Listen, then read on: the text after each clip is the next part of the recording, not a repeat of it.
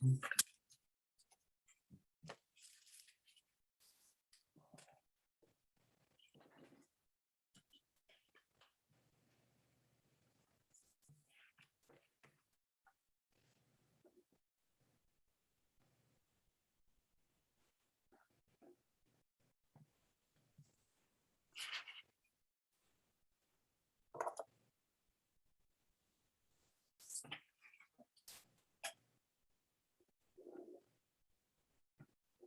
we prepared to proceed, ladies and gentlemen? Okay. Good afternoon and welcome to this online hearing of the Committee of Adjustment for the City of Ottawa. The Committee of Adjustment is a quasi-judicial tribunal appointed by City Council to make decisions on certain types of applications under the Planning Act. My name is John Blatherwick. I'll be chairing this hearing today. With me are my fellow panel members, Bonnie Oak-Charon, Stan Wilder, Heather McLean, and Michael Wildman. Please take note that this video conference is being live streamed on YouTube. The video will be archived along with today's agenda on the City website. Before we begin, we have a few items to outline for your information. While the issues surrounding development in the city are broad, our mandate is quite limited. The committee cannot consider aspects of the proposal that are not related to the required variances: noise, pollution, property maintenance, property values, prosecution for illegal construction, personal comments regarding neighbors, agents, or applicants, additional variances without proper public notice.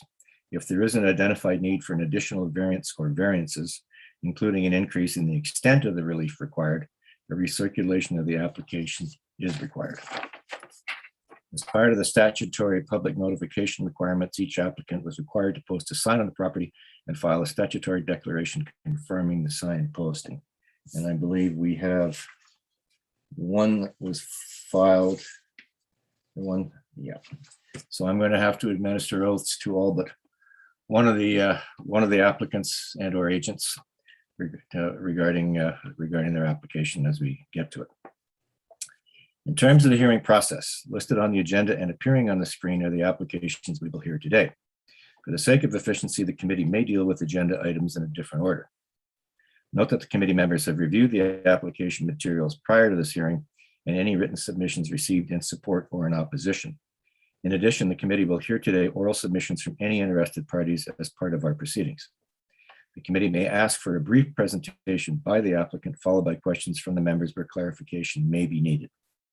The public submissions portion of the hearing will then begin, and any interested parties will be invited to make their submissions to the committee. Panel members may then ask follow-up questions where added clarification may be required. When you are called upon to provide your comments, we would ask you to do the following. Start with stating your name and municipal address. For the record, we may ask you to spell your name. Then begin your submission by addressing your comments to the panel members. You may ask questions, but please direct them only to the chair. Please limit your comments to a maximum of 5 minutes. Any exceptions will be at the committee's discretion. Once all interested parties have had an opportunity to address the panel, the public submissions portion of the hearing will then be closed. The committee will then make an oral decision to either grant or deny the application. The committee may also choose to reserve its decision. In such case, the panel will deliberate further on the evidence presented immediately following adjournment of the public hearing. In either case, the committee will send within 10 days of its decision, and to all the parties and those who have requested it, a written notice of decision that sets out the reasons for the decision. All decisions of the committee are subject to a 20-day appeal period, during which the decision can be appealed to the Ontario Land Tribunal for a fee. Before we begin, are there any declarations of interest regarding this panel's agenda, or panel 1 or panel 2 or panel 3? No, okay. We have no minutes to confirm, so we'll move on to the adjournment requests. We have a number of adjournment requests today.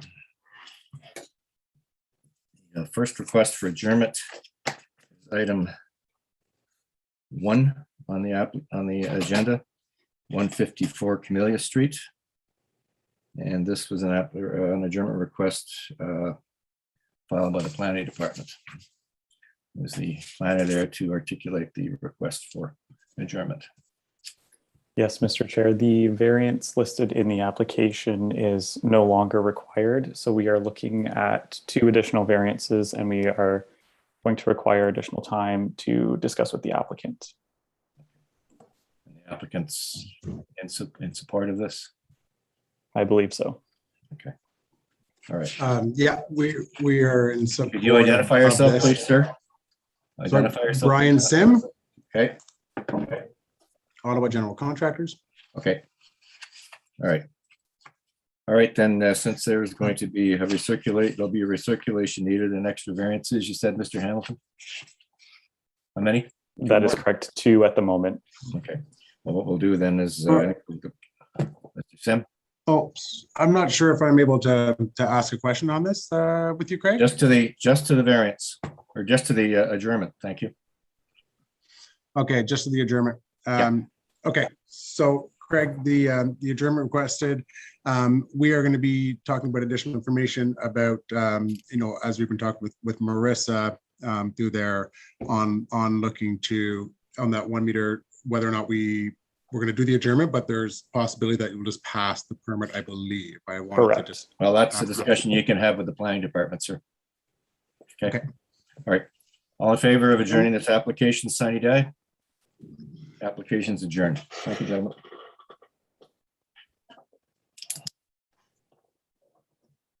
Next application that's up for adjournment is item 4 on the agenda, 111 Greenfield Avenue, and this again is a request from the planning department.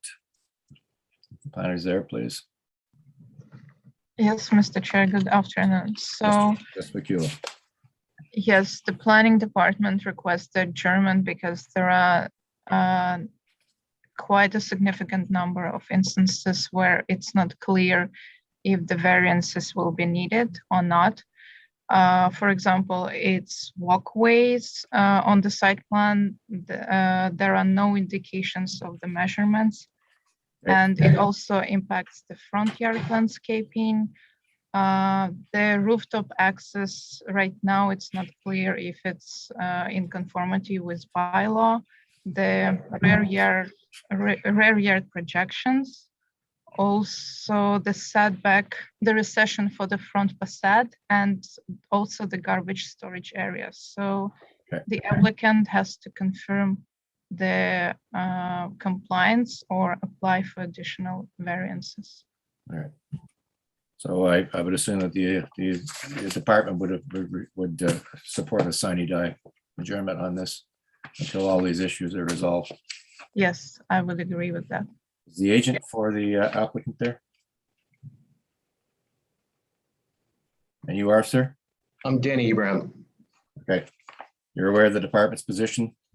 Yes, in request for it, the architect's working on the planning right now to send it back to your planning office, Ms. Wakula. You should receive it by end of week.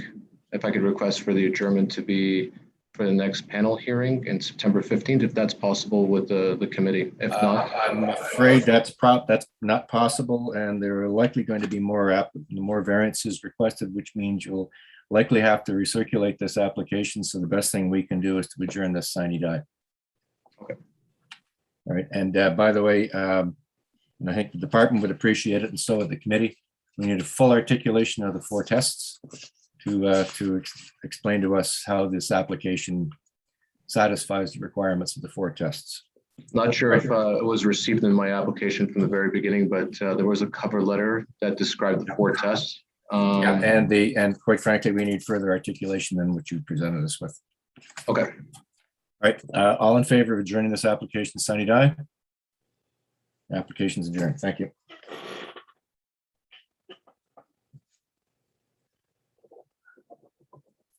Next application, which is up for adjournment, applications, I should say, items 5 and 6, 551 Edison Avenue, 348 Princeton Avenue, and again, this is a request for adjournment from the planning department.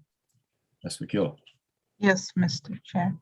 So again, the number of variances are missing due to the fact that the applicant is not taking advantage of the alternative provisions for corner side yard, rear yards for corner lots, and that's why the rear yard setback is not in conformity.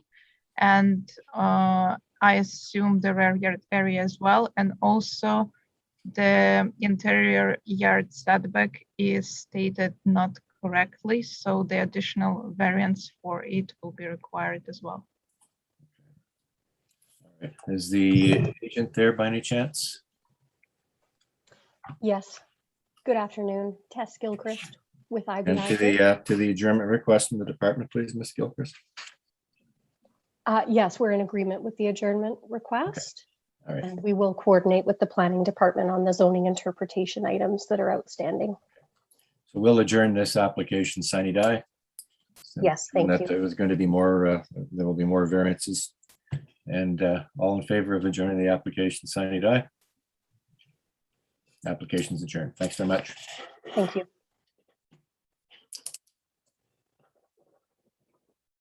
The next applications up for adjournment are items 8 and 9 on the agenda, 223 Sanford Avenue and 1335 Lexington Street. And again, this is a request from the planning department for an adjournment. Ms. McCullough. Yes, Mr. Chair, again, the corner lot and the rear yard area. So the applicant is not taking advantage of alternative provisions, and their interior yard setback also stated not correctly. So the additional variance will be required. Okay. I believe Ms. Hill is there. You're the agent, Ms. Hill? Yes. Okay. Yeah, and we agree to the adjournment. Okay. And again, this is a sine die adjournment. Yeah. Okay. All in favor of adjourning this application, sine die? Okay, thank you.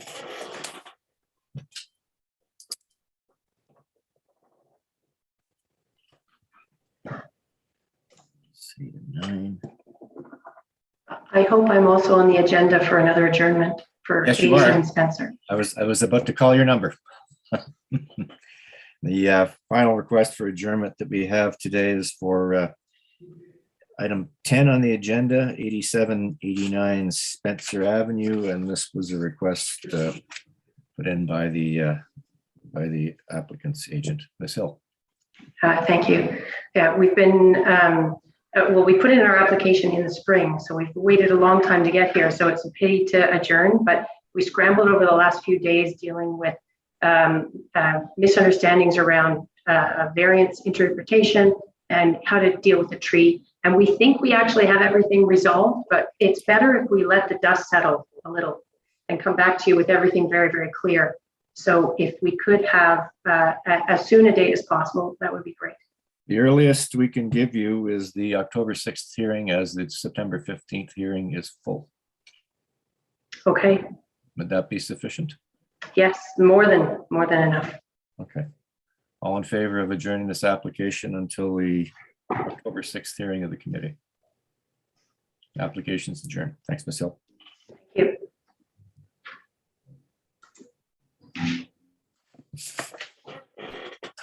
And that concludes the adjournment requests for today.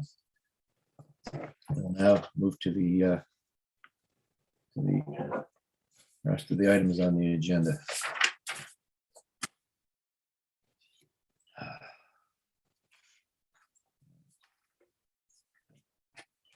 On here.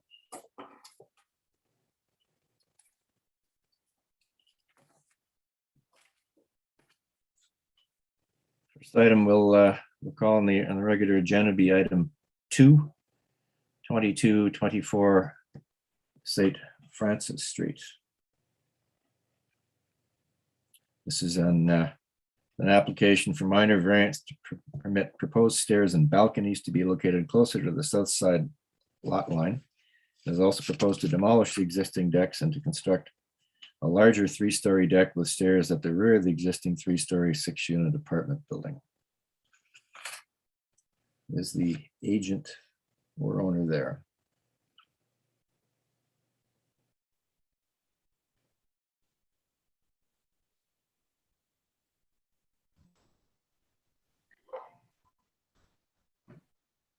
Yes, I'm here, Sheila Sparks of 35 Allen Avenue. All right, Ms. Sparks. Okay. You have video or are you just on audio? I do have video. I'm not sure why it's taking so long to load. There we go. There you go. There it is. My husband is also with me as a part of and to help with that. And that's Mr. Forrester. Yes, sir. All right. If you'd like to proceed with your application. Sorry, Mr. Chair, we require. Oh, the- yes. Sorry. Thank you. I have to administer the oath. No.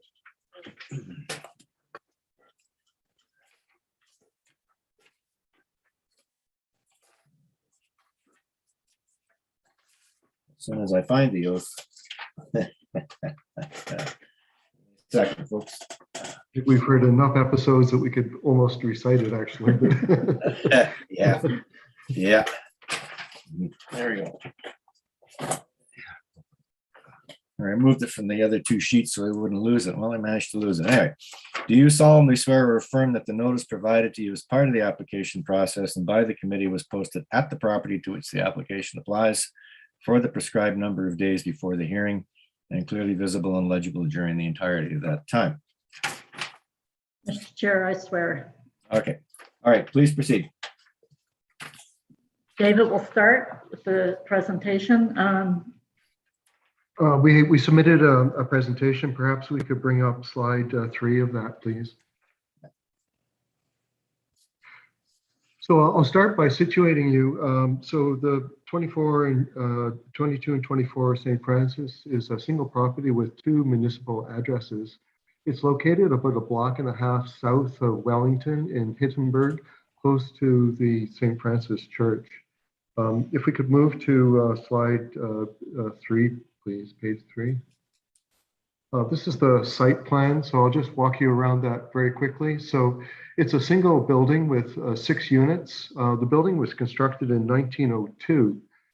So the setbacks obviously are quite different from today. On the lower part of the building, it's a 3-story arrangement with 3 apartments. There's 1 on each floor. At the back of the building, so this is on the west side, there is an existing stair and deck structure, which is to be demolished. It's currently 108 square feet. And the proposal is to replace it with a 252 square foot structure.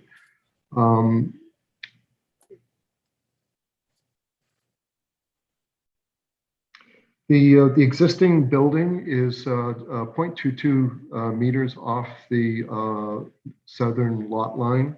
The proposed and current deck structure is currently 0.35 meters. The bylaw requires 1 meter. So we in fact require 2 variances because the balconies and stairs are covered separately. So that's why there's 2 variances. If we could move to page 6, please. This is a photograph of the rear of the building. The structure that you see is the existing one, which is at the end of its life. So it's to be demolished. I'm going to refer to the boxes, text boxes along the right there. So the top one points out the apartment entrances. They are in the same location on each floor. This is the only way into the rear of the building. The next box shows a little table and chair arrangement that the tenants have placed outside of their units. These are very popularly used. Going down to the next box, you can see the side of the building. It's 0.22 meters off the lot line. The existing deck and balcony structure is 0.35. The existing shed is to be removed. That's a garbage shed, so I think everybody would be happy with that out of there. I'd like to make note of one feature of the current arrangement, and that's the orientation of the stairs. So from bottom, entering at the bottom on the right and going up the stairs to the left from the ground, you wind up at a landing. At the moment, the tenants have to traverse the entire length of the balcony to make the next flight of stairs, which obviously causes a lot of noise and loss of privacy for tenant on the middle balcony, as well as the immediate next door neighbor at 26 St. Francis. So it's not practical to move the entrances of the building. So this is the primary driver for the minor variance. The second one is the optimization of the flow for privacy and noise reduction. So if we could go to slide 10, please. No, actually, it's slide 7. So this shows the sort of the side view of the same structure. In the square in the center, there is the garbage shed to be removed. Behind that, you see an addition on the neighboring property at 26 St. Francis.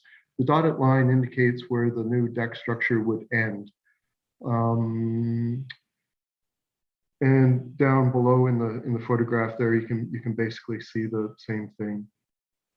So if we could go to page 10 now, please. So we're going to go through the tests for the 4 tests. So the first one that we'd like to speak to is it a minor variance? And we believe it is. The proposed design is consistent with the character of the neighborhood. So here at the top, we see the immediate neighbor to the north at 22 St. Francis. This is a large, very large 2-floor deck. This time of year, there's a lot of greenery. It's a very pleasant place. Going to the photograph below, we're looking south. One property away at 28 St. Francis, there's a very large deck and stair structure, smaller than the one that we're proposing.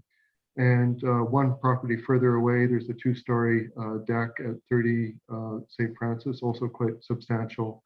And also you can see on the right-hand side at the top of that photograph, a couple of large decks on Gladstone. So we believe that the proposal will not negatively impact the enjoyment and privacy of any of the neighboring properties. In fact, we feel that the minor variance will actually have a positive effect. The area affected is dimensionally very small compared to the existing structures. And I'd like you to bring up page 11, if you would. So this is a focused view of the site plan that we saw earlier, just looking at the area involved. The pink area there is the existing structure. We do not require a minor variance to replace the structure. The white and blue areas is the increased size that we're seeking. We do not require a minor variance for the white area. We do require a minor variance for the blue area because of its proximity to the property line. The blue area, we are seeking that minor variance in order to optimize the flow for the stairs, to minimize invasion of privacy for the middle deck, and also to reduce noise for all the tenants and neighbors and increase privacy for 26 St. Francis. The variance is minor in comparison to the existing non-conforming or non-complying buildings, I'll start that again, existing legal non-complying buildings and structures. So this very small blue area, when you compare it to the St. Francis building itself, which is only 20.22 meters off the property line, the neighboring addition, which was recently added at 0.35 meters. So it's we argue quite as a fraction of the overall variances. It's quite small. The variance will allow the tables and chairs currently located close to the second floor bedroom of the 26 St. Francis to be relocated significantly further away to increase privacy and reduce noise. An opaque privacy barrier will be applied along the southern face to increase privacy to 26 St. Francis. There is no such structure in the current arrangement, so this is an enhancement. Stairs from grade to the first level are shielded from the deck of the next door structure by a 2.2 meter fence. Analysis of property shadowing from the modifications has to determine that there will be no sunlight impact on the neighboring yards, and there's no impact on traffic flow. So the proposal really is about increasing amenity space and improving privacy and enjoyment. So I'm going to turn the presentation over now to Sheila to cover the other three tests. So over to you, Sheila. So the variance is desirable for the appropriate use of the property. The proposed structure is complementary to adjacent land use and does not alter the existing densities. The apartments are one bedroom area with an area of 620 square feet approximately, or 57.7 meters squared. Since the beginning of the pandemic, all of our tenants have been working from home and expect that this practice will continue post-pandemic. In the past, a balcony might have been a nice to have amenity, but these outdoor spaces are now an essential extension of the home's living space that can reduce stress, enhance creativity and clarity of thought, improve well-being and relationships. That initially we had not planned on having a great big deck, but with the pandemic that drove our motivation to change the size. In keeping with many of the neighboring properties, we seek to improve the quality of downtown living and enjoyment of our tenants by providing a large outdoor amenity space for each unit. The general intent and purpose of the zoning bylaw is maintained. The proposed variance is minor in nature, and we feel that there will be no negative impact. When balanced against the significant improvements in the quality of life the project will provide for urban residents, we believe that the intent and purpose of the zoning bylaw is maintained. The general intent and purpose of the official plan is maintained. The proposal is complementary to the city's desires to increase urban density and the availability of quality, affordable, long-term rental accommodations in the city. The project will improve the quality of life for tenants living and working in the urban core and therefore supports these goals. Thank you, Mr. Chair. That ends our presentation. If you have any questions. You're aware of the concerns that your neighbor at 26 Francis Street has, I'm assuming? Yes, Mr. Chair. Okay. And I heard your husband say that that you're going to put a privacy barrier along the edge of all three balconies on the south side. Absolutely. Currently, right now, there are no privacy screens there. It was when I bought the place 8 years or 9 years ago now, there was nothing there and we didn't put anything up, but we said, you know, this deck being at the end of its life, we said, well, when we do it, we will make these improvements. And that privacy screen is going to be constructed of what, how long, and how high will it be? Well, it's going to be wooden louvered slats vertically oriented so that you can rotate them. I can't really hear you. You're breaking up. Oh, I'm sorry. So the plan is to use vertical slats of lumber boards so that they can be angled in a way that you get a view in one direction, but you're not looking at your neighbor in the other. You said you're going to put angled slats up? Yes. How does that mitigate against the sound that's coming off the balcony versus a solid wall? You want to go ahead? So it had, the idea was to have some way to have a bit of a breeze come through there, and it would be opaque. And this, you're intending on building this only 1.5 meters high? No, it would fill the gap. I still can't hear you. You're going to have to speak to the mic. It would fill the gap between the deck and the You're still breaking up, so you're going to have to get closer to the mic. So it would fill the entire gap. So there would be no space. So it's just going to be as high. It's going to be as high as the deck on Yes. each side. Yes, Mr. Chair. Yeah. And how far out from the rear wall of the house will that extend? Still can't hear your husband, ma'am. The thought is that it's going to go out 6 feet. So it's going to, is that correct? Yes. And do you figure that 6 feet is adequate, given the fact that you're going to be building a deck that's going to be 14 feet deep?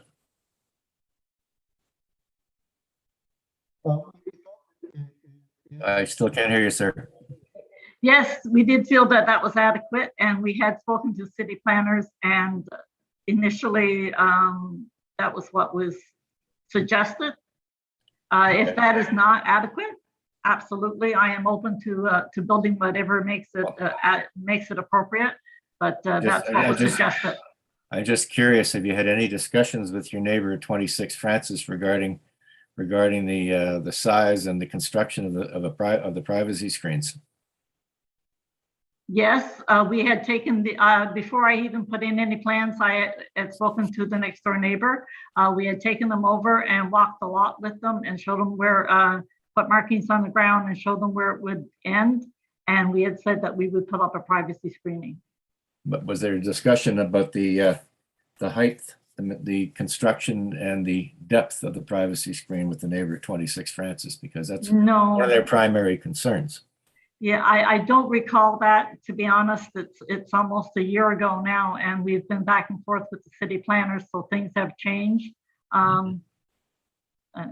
But rest assured it will be done. I just don't, I don't know, I can't speak that I actually had that direct conversation. Okay, well, we can hear from your neighbors at 26. Mr. Wilder had a question, I believe. Thank you.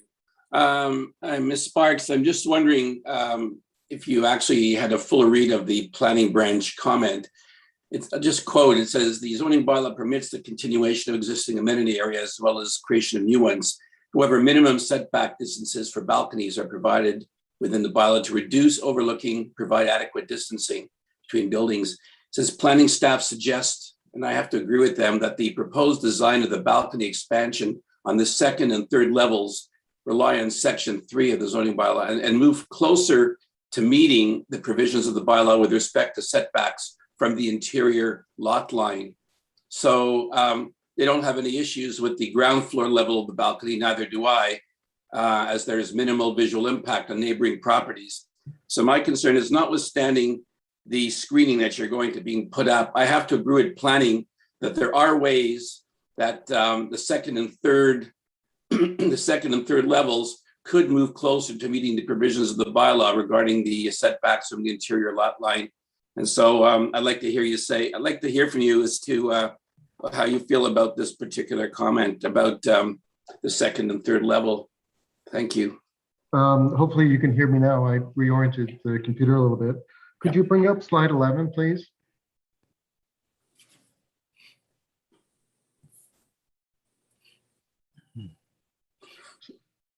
So the blue area that we spoke about before is the area that planning staff are speaking about. Mm-hmm. So if we were to design the extension for the balcony to exclude that area, it would be slightly further away from the neighbor, 0.325. But if we could meters, but if we could go to slide 9 now, please. So here's the side elevation. So you'll recall that in my description, when we were looking at the photograph of the stairs, they go from right to left currently. And the stairs are currently against the building. What we want to do is to have a landing on the left there on the second floor, so that the tenants can go, straight up the second flight without having to walk across the balcony and make noise and interrupt privacy, both for our tenants as well as the neighbors. But the challenge is, if we have that blue slot out of there, there's not sufficient room for that landing. So this is why I was explaining that the design has been optimized to increase privacy and reduce noise. And that minor variance is required in order to have room for the landing to have this orientation. Okay. All right. Is that it, Mr. Wilder? Okay. Mr. Wildman, you had a question or comment?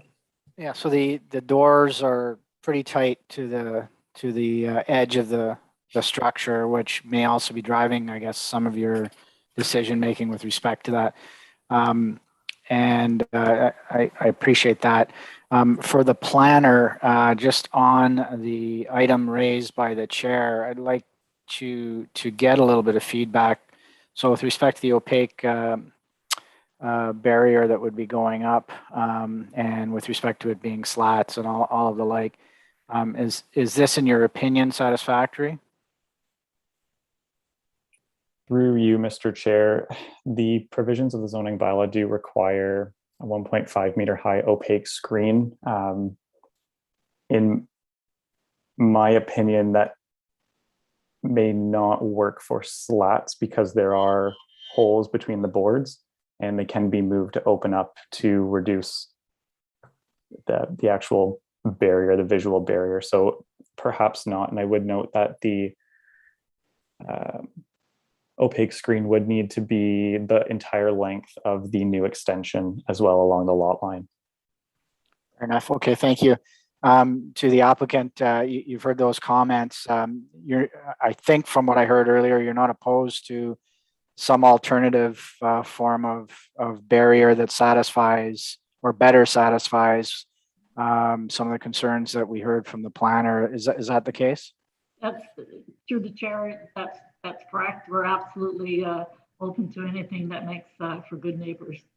Okay, thank you, Mr. Chair. All right. Any other questions or comments from members of the committee? No. We have a number of speakers on the list today. And the first speakers we have on the list today are Ms. Clark and Mr. Nolan, who live at 26 St. Francis Street. Are they there?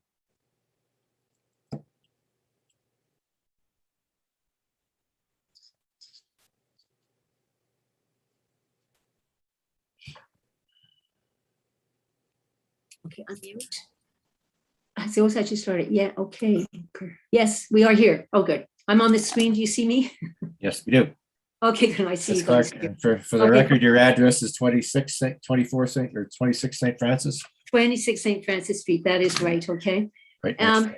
I have, some notes written here, and then I'd like to address a couple of things that the, our neighbors or the owners have said. And the first one I'm going to address that there were discussions in terms of the how far the decks were going to extend. So we can get back to that. But my husband, Richard, is recovering from recent bowel surgery. And I'm only saying this so that, we've heard during this stressful period, we've worked very hard to submit the submission. And I noticed that obviously you've read the submission and to assist in your making the decision. And so we trust you'll spend the time again to review it carefully, as well as their comments. We'd also like to say that the investor owner and her husband are good people as we are, and we've lived in this home 40 years now. We ask that all our comments be taken in the context there is less than 2.5 meters, not even a meter between the properties. Our lot is very narrow. Indeed, our written submission, I think with photos, gives you the visual effects of this. The bottom line is that the net effect of the proposal is to create a structure that would give each of the 3 one-bedroom units, giving an allowance of 118 square feet for the stairs, a balcony of 144 square feet. To put this in perspective, this is more than enough space to have a sit-down meeting with a generous table at the Hilton Hotel for 12 and a stand-up party for 24.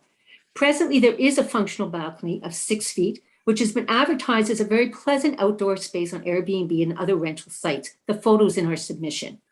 The investor now wishes to expand these functional balconies from the regulated 7 feet to 14 feet, basically decks. The investor owner also wishes to move the present stairway entrance, which is now on their north side in the laneway, to the south side, with less than a foot from our deck. This will increase traffic and noise, loss of privacy, and quiet enjoyment, and during the pandemic, expose us and our grandchildren to possible COVID variants. Before we proceed to the 4 tests, there may be an alternative, and we've included that in our submission.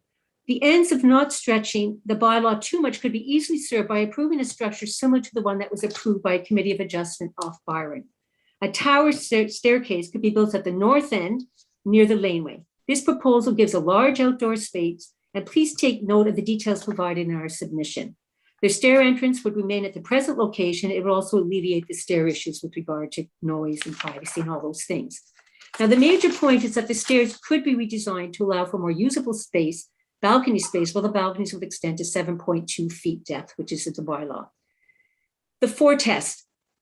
I guess the people have talked about the 4 tests, and we didn't get their submission. So, we had something on the pack that we hadn't received any of their comments at all beforehand. And I don't know whether that's part of the process, that we hadn't received any of to us, it looked like how the application meets any of the criteria set out in the municipal act, since no evidence of any of the tests are submitted in the application. So nothing of that was submitted in the application. Indeed, the applicant has presumed approval and has all the materials required stacked in the parking lot right now. We, on the other hand, who have no burden of proof, have gone to some length to respect the mandate of this committee. Given time limitations, please review or review again, maybe, our written submission with respect to the 4 tests. We want to emphasize the impact it will have on us, our home. Increased noise, loss of quiet and enjoyment, loss of privacy, and the increase of secondhand smoke from cigarettes and marijuana, which has occurred already. Loss of light and loss of sight view from the 2nd and 3rd floor bedrooms. Again, please see photos provided, particularly from the 2 affected bedrooms. And of course, the increased noise would affect the surrounding neighborhood also. On the city replanning report, unfortunately, we did not receive the city replanning report. I want to make sure I didn't get I just want to make sure, yeah, okay. The city replanning report, we were unable to respond in writing to the city report, which was due on Friday, but received only after our deadline to submit our objections for Monday. So we want to make a couple of points on that. Number 1, the report suggests that the top 2 balconies be reduced its projection to their yard to be close to the existing bylaw, and we agree that the projection should be not more than 8 feet. This is an extension of 2 feet from the present balconies, which now already invade our privacy, as illustrated in our submission. This will allow an above average size balcony for the apartments. Each tenant would have a balcony of approximately 96 square feet and will have room for a sit-down group of 8 or a stand-up group of 16, well above the 40 square feet present standards for any 1-bedroom apartment, which is now 4 by 10. Okay. 2, the suggestion that balconies of this size are commonplace in the neighborhood is misleading. The slides show, a bunch of different balconies. None are this size, of this comparison size. We've just done a quick overlook now. There are 2 large balconies, one at 22 St. Francis, which does not have a view of our deck, and part of this, which has a view of our deck, and part of this apartment complex, and another is at 28 St. Francis next to us. But this one is distanced and recessed from our deck. Both these decks have existed for about 70 years. And we know that because this house has been in the family for 70 years.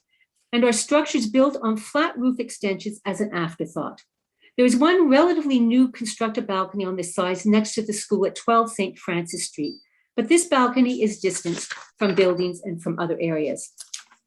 However, if this project is approved, as is, 3 of the 5 oversized structures would overlook our 25-foot half lot, all located at 2224 St. Francis Street.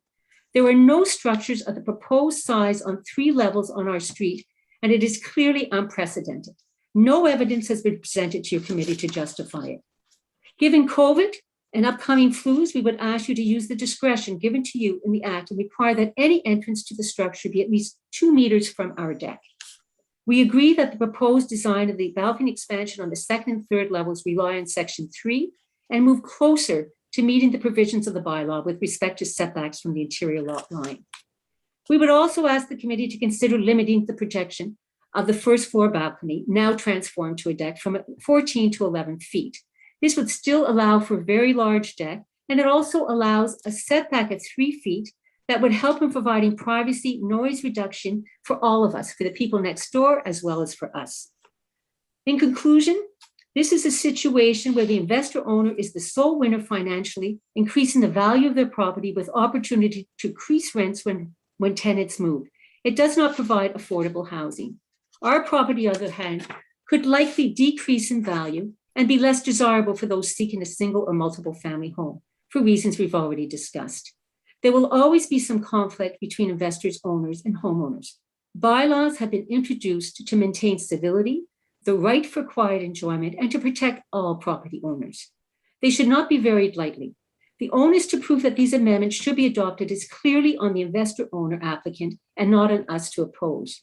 The investor has produced no evidence or compelling evidence why the bylaws should not stand. Finally, the net effect of this application would be to try to set back the clock to years past and deny us the very limited protections that have been developed for people like us. And again, I would like to just reiterate that Sheila and David did approach us about the deck, and they told us the dimensions at the time, and it was going to go 14 feet. We opposed to the 14 feet. At that point, we said, well, perhaps we can compromise, and we suggested 8 feet out. And they wouldn't take it. I mean, obviously, it was a no offer to them. And then not only at that point that I said, well, would you share us the detailed plans? but they said they didn't want to share the detailed plans at that point because they have gone through this process a number of times, and basically, I guess when they share the plans, perhaps maybe people maybe build a little bit more of a case that maybe oppose what they're doing. So that's it for us. So we would like the bylaws obviously to be approved as is. And, over the years, the balconies, there are balconies, the people are using the balconies. We have pictures of the balconies. It's a cute little space. It's been advertised as a balcony. And basically now they want to basically move it up to 3 large decks, which is unprecedented basically in our neighborhood right now. So that's, anything else? You can probably read my emotion. Yes. Thank you, Ms. Clark. Okay. Any questions from the members to Ms. Clark regarding this matter? I have a question from Mr. Hamilton. Mr. Hamilton, is there any restriction on the size of balcony which can be constructed at this site to replace what is there? I'm talking depth. For depth, no, because we would be looking at any projection past the rear yard setback. This is a very deep lot, so there are no variances required for the depth, even if we were to rebuild it as a new structure at its current size. So as of right, the owners can construct 14-foot deep decks if they so wish. Correct. Balconies, okay. Thank you, Mr. Hamilton. Let me think here. Ms. Clark, I have a Jessica Kennedy, resident of 24 St. Francis. Is she there?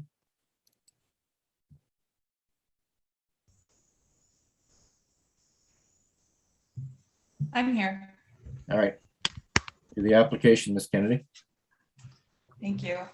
My name is Jessica Kennedy and I'm a resident at 24 St. Francis, Unit 2. Okay. Here to express support of the project at 24 St. Francis. I'm a single professional. I've been working from home due to COVID-19. While I used to go to work, go to the gym, and socialize with family and friends freely in homes and restaurant, I now spend most of my time at home alone inside. So weather turns to winter again with another pandemic wave upon us. I expect to be even more isolated and restricted in my movements. My apartment is approximately 600 square feet. My space includes a work desk for my full-time job, my gym equipment, including an exercise bike. As a single person, I don't have the income to afford a home with a yard. An expanded balcony would afford me an opportunity to garden on my balcony, lay out on a sunny day, and have an occasionally socially distanced visit with my family. For instance, I've not been able to have my brother, his wife, and children over to my house because there's insufficient space on the balcony to afford a socially distanced visit. There's only enough space for 1 to 2 people, and the space is also used as a right-of-way by the upstairs neighbor. An expanded balcony would enable me to have lunch or dinner with family, as my neighbors currently have the opportunity to enjoy. In short, I work out, and live inside this apartment 24/7. I'd love the opportunity to socialize with family and friends, a small space to garden, and most importantly, a place to enjoy a change in scenery as I continue to work and live at home through 2021 and beyond. Finally, I believe that as a tenant, I'm no less respectful of my neighbors and no less deserving of a space to stretch my legs, get fresh air, and enjoy my family. I've been a homeowner and I'm now a tenant, and I wish for a better quality of life, including outdoor space, for all of my neighbors, regardless of whether they rent or own. Thank you for your consideration. Thank you, Ms. Kennedy. Any questions for Ms. Kennedy from the members of the panel? All right. We also have a Lindsay Chan who resides at 24 Francis Street as well. Yes, good afternoon, Mr. Chair and committee members. Let me turn on my video here as well.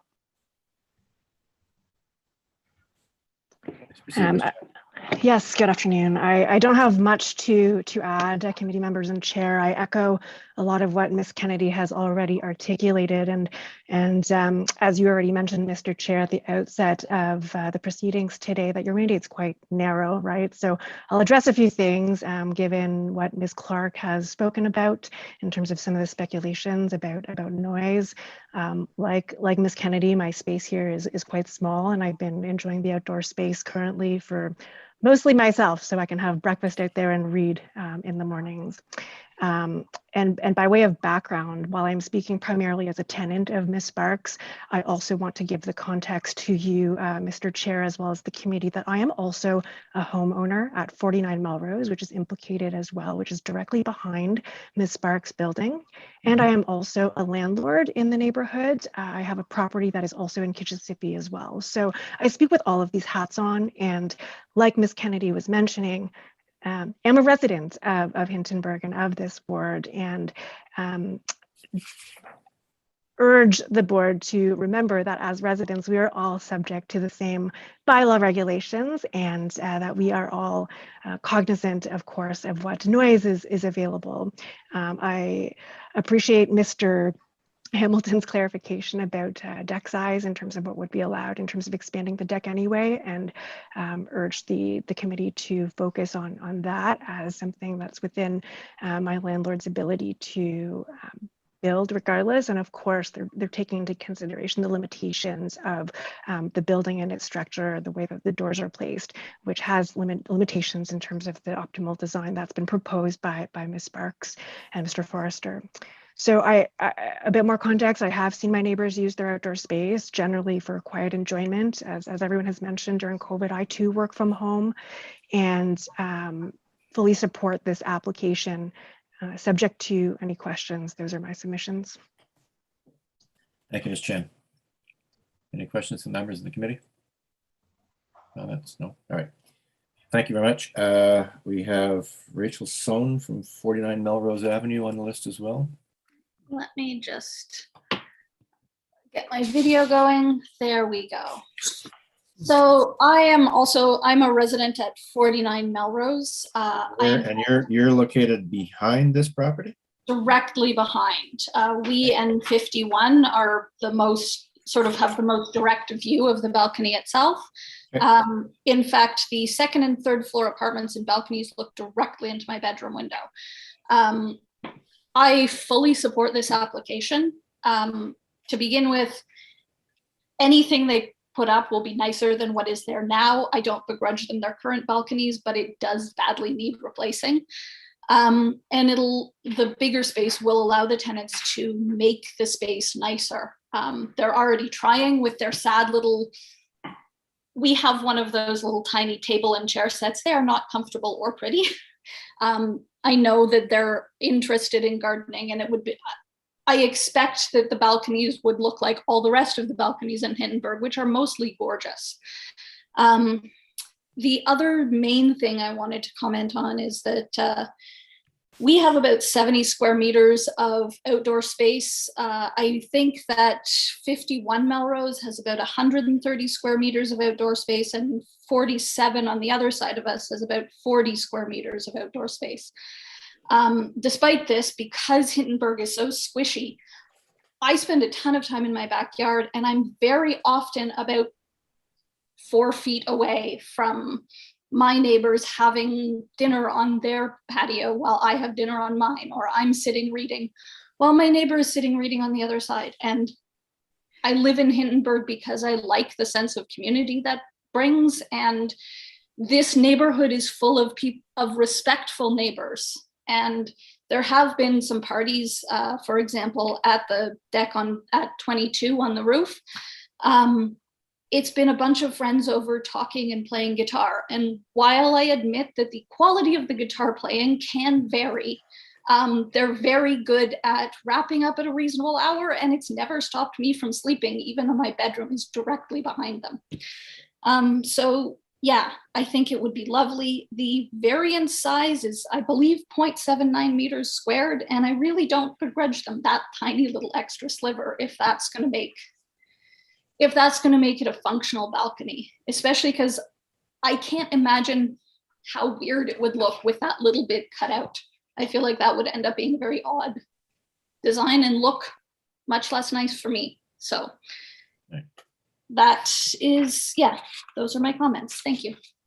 Thank you, Ms. Sohn. Any questions for the presenter? And finally, we have Mr. Boyd from 49 Melrose as well. Indeed. Thank you, Mr. Chairman, committee members. Sorry, our apologies for the echo. Ms. Sohn is immediately behind me. Along with Ms. Chan, with whom I co-own 49 Melrose. I live with Ms. Sohn at 49 Melrose. Us, along with 47 and 45 Melrose, are 51 Melrose rather, are the properties principally affected by loss of privacy other than 26. I'm here to speak in support of Ms. Sparks' application. When we look from our windows and from our backyard up to the balcony, what we see are our neighbors living in one-bedroom apartments, quietly enjoying the use of their space. We have no reason to suspect that enlarged space would somehow change their quiet use of that space. I would observe only that minor variances are often used in Hindenburg to regularize the existing bizarre land use. Insisting on a 1 meter setback for all or a portion of that balcony would either make all 3 existing doors over 100 years old unusable, or create an extremely unaesthetic structure that I have to look at all of the time. We would welcome our neighbors at the rear being on their balcony more. Earlier this year, several of them called 911 and leapt the fence when a planter at my neighbor's property 47 went up in flames and nearly set a fire to the vinyl siding of our property. It was Ms. Sparks' tenants who phoned fire services and leapt over to beat out the flames. The tenants deserve every convenience, including adequate outdoor space. We stand in full support of her application. Thank you. Thank you, Mr. Boyd.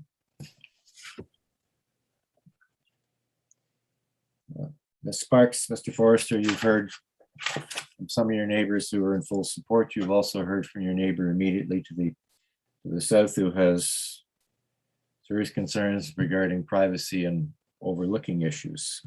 You've also heard from Mr. Hamilton from the department speaking about an opaque screen the entire length of a deck is the department's preferred solution. I'm just wondering, given that it doesn't seem to have been the kind of discussion between you and your immediate neighbor that we would have felt would be helpful in a discussion like this, whether or not you would be prepared to amend the design of the south side of your deck to include full height opaque screens, solid construction, and to the full depth of the new decks, and I think on the first, second, and third floors. So I'd like to hear from you on that. Mr. Chair, we're willing to do whatever it takes to keep our neighbors happy. We're quite like our next door neighbors, Ms. Clark and Mr. Nolan, and we want to keep to be good neighbors. The issue of not having the opaque in the original design, we had talks with various city planners, and that it didn't come up until the very end. And by that time, we had already gone to the structural engineer and the architect to do the design, and we didn't go back to change that. So that's an oversight on our part. As for not sharing the plans, to be honest with you, they were ever evolving, and that didn't, and Barbara and Dick were gone all summer. I did go to see them a couple of times this summer, but we didn't have that opportunity. I take full responsibility for not pressing that issue, because I certainly could have emailed. I certainly could have phoned, because we do phone and we do email each other on other issues. So that's on me. I should have been more aggressive, but this summer was a bit of an anomaly for both of us. So I'll do what it takes to make things right. Okay, I think Mr. Wilder has a comment. Yes, I appreciate from the planner that you're entitled to have as deep a balcony as you are currently proposing, and I have a real concern, I suppose,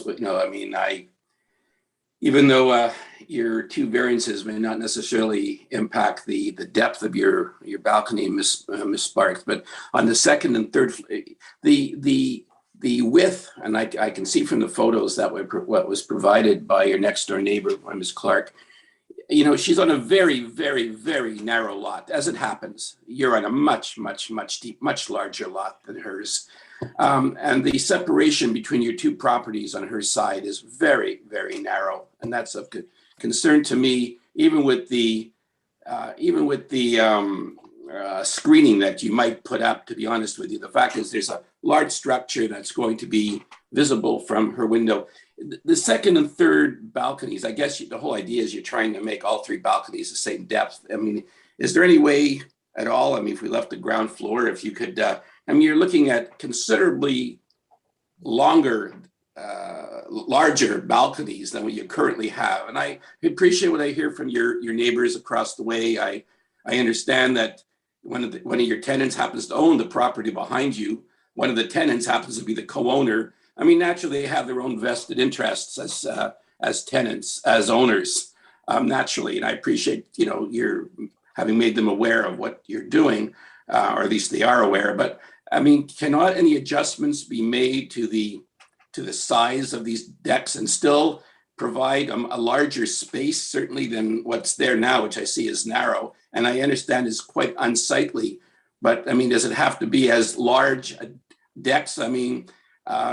I appreciate if down the road, if it becomes Airbnb or other tenants in there, sure, naturally they would like to have, not Airbnb, even with the tenants you have, surely a deck that might be a depth that might be twice the size that they have now would be adequate. Certainly, do they have to be as deep, as large as you're proposing, at least certainly in the second and third floor?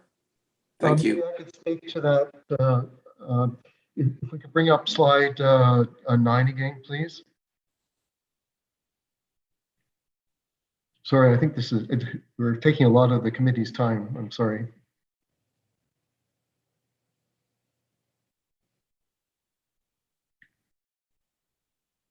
So you can see that on the side view, the two flights of stairs. If we reduce the deck size to, say 8 feet, there won't be room for that outboard flight of stairs. So really, for the middle deck, the usable space is the space in front of that flight of stairs. So I just wanted to point that out. So it's not, dimensionally, it sounds like these are large, but functionally, we've got the room. We don't need a minor variance to put it up with a notch, and I guess that's what we would do otherwise. But I think it's a better solution for all concerned if we're able to build it without a notch. Yeah, so that's my comment. Over. So the stairs currently are non-conforming. They're not legal as according to the city, so they're not wide enough and deep enough. So that was another driving factor why we made the stairs bigger, because we have to follow the new rules. These stairs were in place before these new rules came in, and I don't know, I can't speak to the date that they came in, but the new rules dictated some of the reason why we went to the size of deck that we did. All right. So what you're saying is, notwithstanding the planning department suggestion, which like I said before, I agree with that. You're saying there's really no way that you can move closer to the provisions with regards to that setback from the interior lot line. You're saying that just won't work. I'll tell you how we could do it. It would be to use the current orientation of the stairs. So the stairs would go against the wall of the building the way they are currently. So the second flight of stairs, instead of being outboard, would be inboard against the building and going in the other direction. But this causes other privacy issues for both our tenants and the neighbors, and also increased noise just from foot traffic, traversing that long deck. So I think to be honest with you, I think it's a better solution for everyone to not have that notch and allow the the landing to, provide, a place to turn around and go up the next flight of stairs. Over. All right, thank you. Ms. Oakshire, you had a question, comment?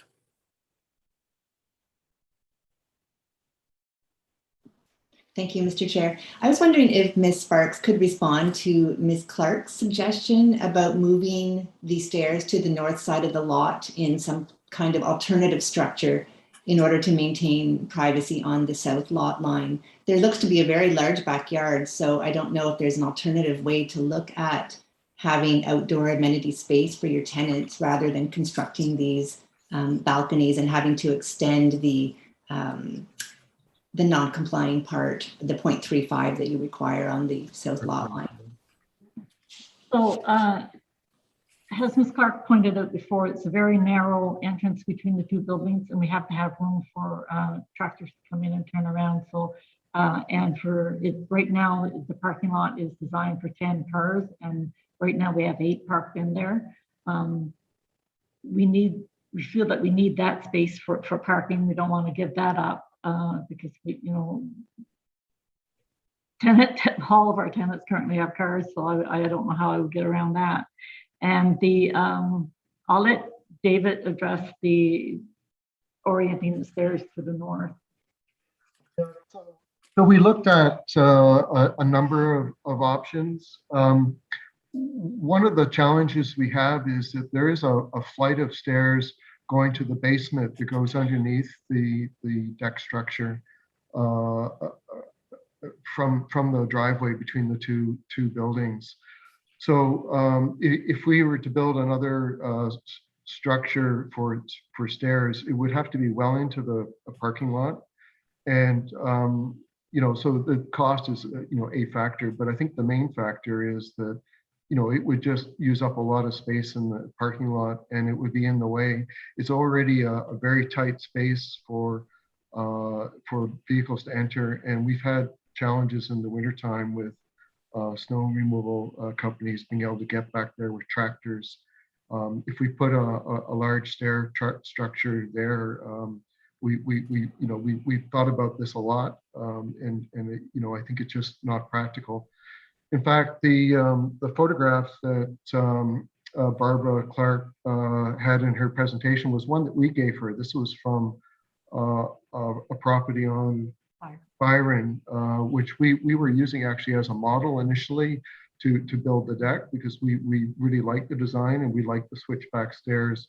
But in the end, when we tried to design it and we could not make it fit on the lot. Okay. Ms. McLean, you have a question? Thank you, Mr. Chair. I just wondered whether the elevation plans that we have on file show the opaque privacy screening. It only shows it as an engineering note, saying that there will be one. Can't hear you again, sir. Interesting. Talk to the microphone. It's very directional. So I had to point the computer right at me. It's shown as an engineering note on the drawing and the location. It does not specify what it would be. So I think we're quite open to what it would be. Over. And could I ask planning staff, does the zoning bylaw differentiate between a deck and a balcony? Through you, Mr. Chair, they are captured under Section 65 under the same provision, but there are different restrictions for decks only when they are below 0.6 meters above grade. So given that the 3 stories that we're looking at are above that limit, we are treating them as balconies. So to answer your question, yes. All right. All right. Well, we've heard from the neighbors. We've heard from the owners. Mr. Wilder again. Yes, Mr. Chair, I'm not sure how the other members feel. I'd like to reserve on this application. Yes. We are going to reserve, but I think I need to hear from the property owners whether or not they would agree to the committee imposing a condition for privacy wall on the first, second, and third floor south side of the new balconies, the full height of those, each of those balcony areas with solid construction, and and as the department indicated, the full depth of the new balconies. Mr. Chair, absolutely. All right, which means that you would have to supply us with amended plans very quickly, so that we can, if you want approval, it'll be approved with the amended plans in place. We can get the amendment plans probably by close of business on Monday. Okay. Would that be appropriate? All right. Well, I think what we're going to do is we're going to reserve on this application, and if we come to that conclusion regarding these this condition, you will be immediately contacted by staff, which gives you the opportunity to. Sorry, Mr. Chair. Should I go back to the structural engineer architect and ask them to redesign that sketch, or should I wait until after you've done your judgment? I think it's probably best to wait until we've made our decision. Okay. Thank you, Mr. Chair. I don't want you to incur costs that you may not have to. All right. So all in favor of reserving on this decision? All right, and our decision will be in your hands within 10 days. Thank you very much. Thank you. Thank you very much.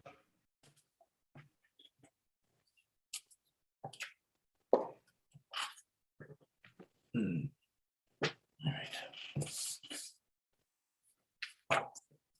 Next application on the agenda is 638 Center Street. It's a consent for a grant of easement right away in order to provide Summer Academy access to and use of a proposed storm sewer connection crossing 638 Center Street. The existing storm sewer is to be removed. And I believe Mr. Rivet is the applicant or the agent.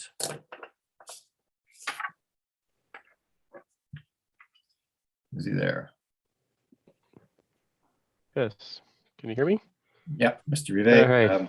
Good afternoon. Have to administer the oath before we speak. Do you solemnly swear or affirm that the notice provided to you as part of the application process and by the committee was posted at the property to which the application applies for the prescribed number of days before the hearing and clearly visible and legible during the entirety of that time? I do swear, and I did send a commissioned form in via email and did speak with the planner, but I will send the hard copy in by the mail. Okay. You have anything to add to your application?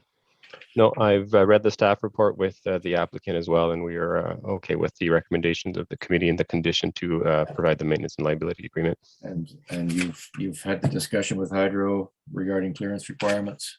The property is actually, that's what I followed up with the planner as well. The building is actually already built.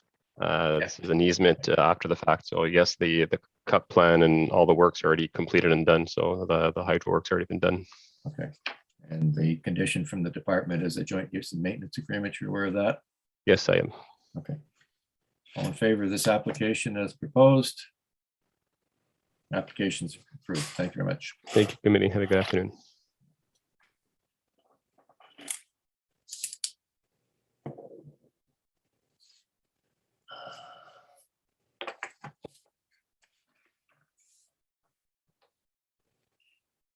Next application we'll deal with today is item 7 on the agenda. 115 Carruthers Avenue, permission to allow a 5th dwelling unit in a non-conforming building. I believe Mr. Hume is the agent for the application. Good afternoon, Mr. Chairman. Mr. Hume, before we begin, we have to administer the oath. Do you solemnly swear or affirm that the notice provided to you as part of the application process and by the committee was posted at the property to which the application applies for the prescribed number of days before the hearing and clearly visible and legible during the entirety of that time? I swear. Okay. And before we get going, it's the planner there. The committee has a question regarding this property. Yes, Mr. Chair. Ms. Wakula. Is this, or is this property not a legal non-conforming use? Does it have that status? I'm not aware about that, Mr. Chair. I know that the permission to proceed was issued by planning staff on May 20, 2021. And it's already non-conforming lot. So depending on the, it doesn't make the difference if the use will be 4-unit or 5-unit. It has the same zoning provisions.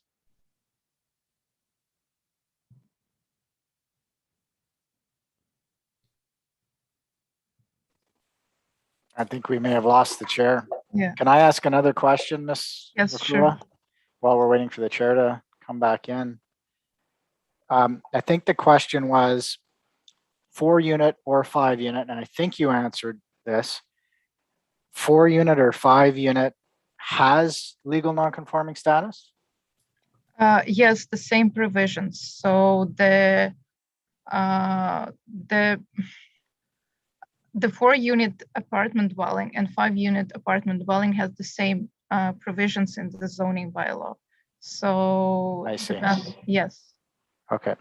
there will be the same setbacks, the same height, the same lot area, and the same lot width. I see. Okay. Just one moment, if I could interrupt committee members, we should wait for the chair or else he may not be able to vote on this application if he's not present for any further discussion. So if we could just wait a minute to see if the chair can rejoin, I'd appreciate it. Thank you.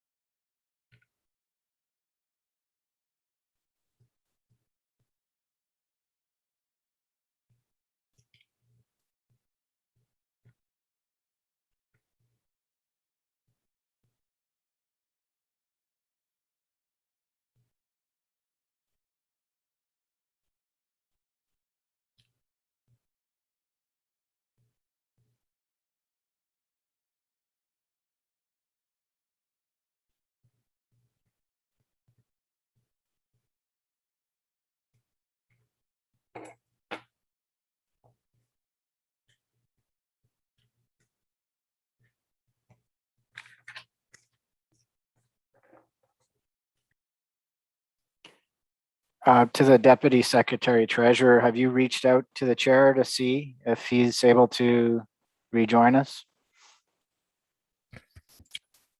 We have staff, Member Wildman, looking, trying to reconnect with the chair. Okay. Thank you. Sorry about that. My internet connection just died.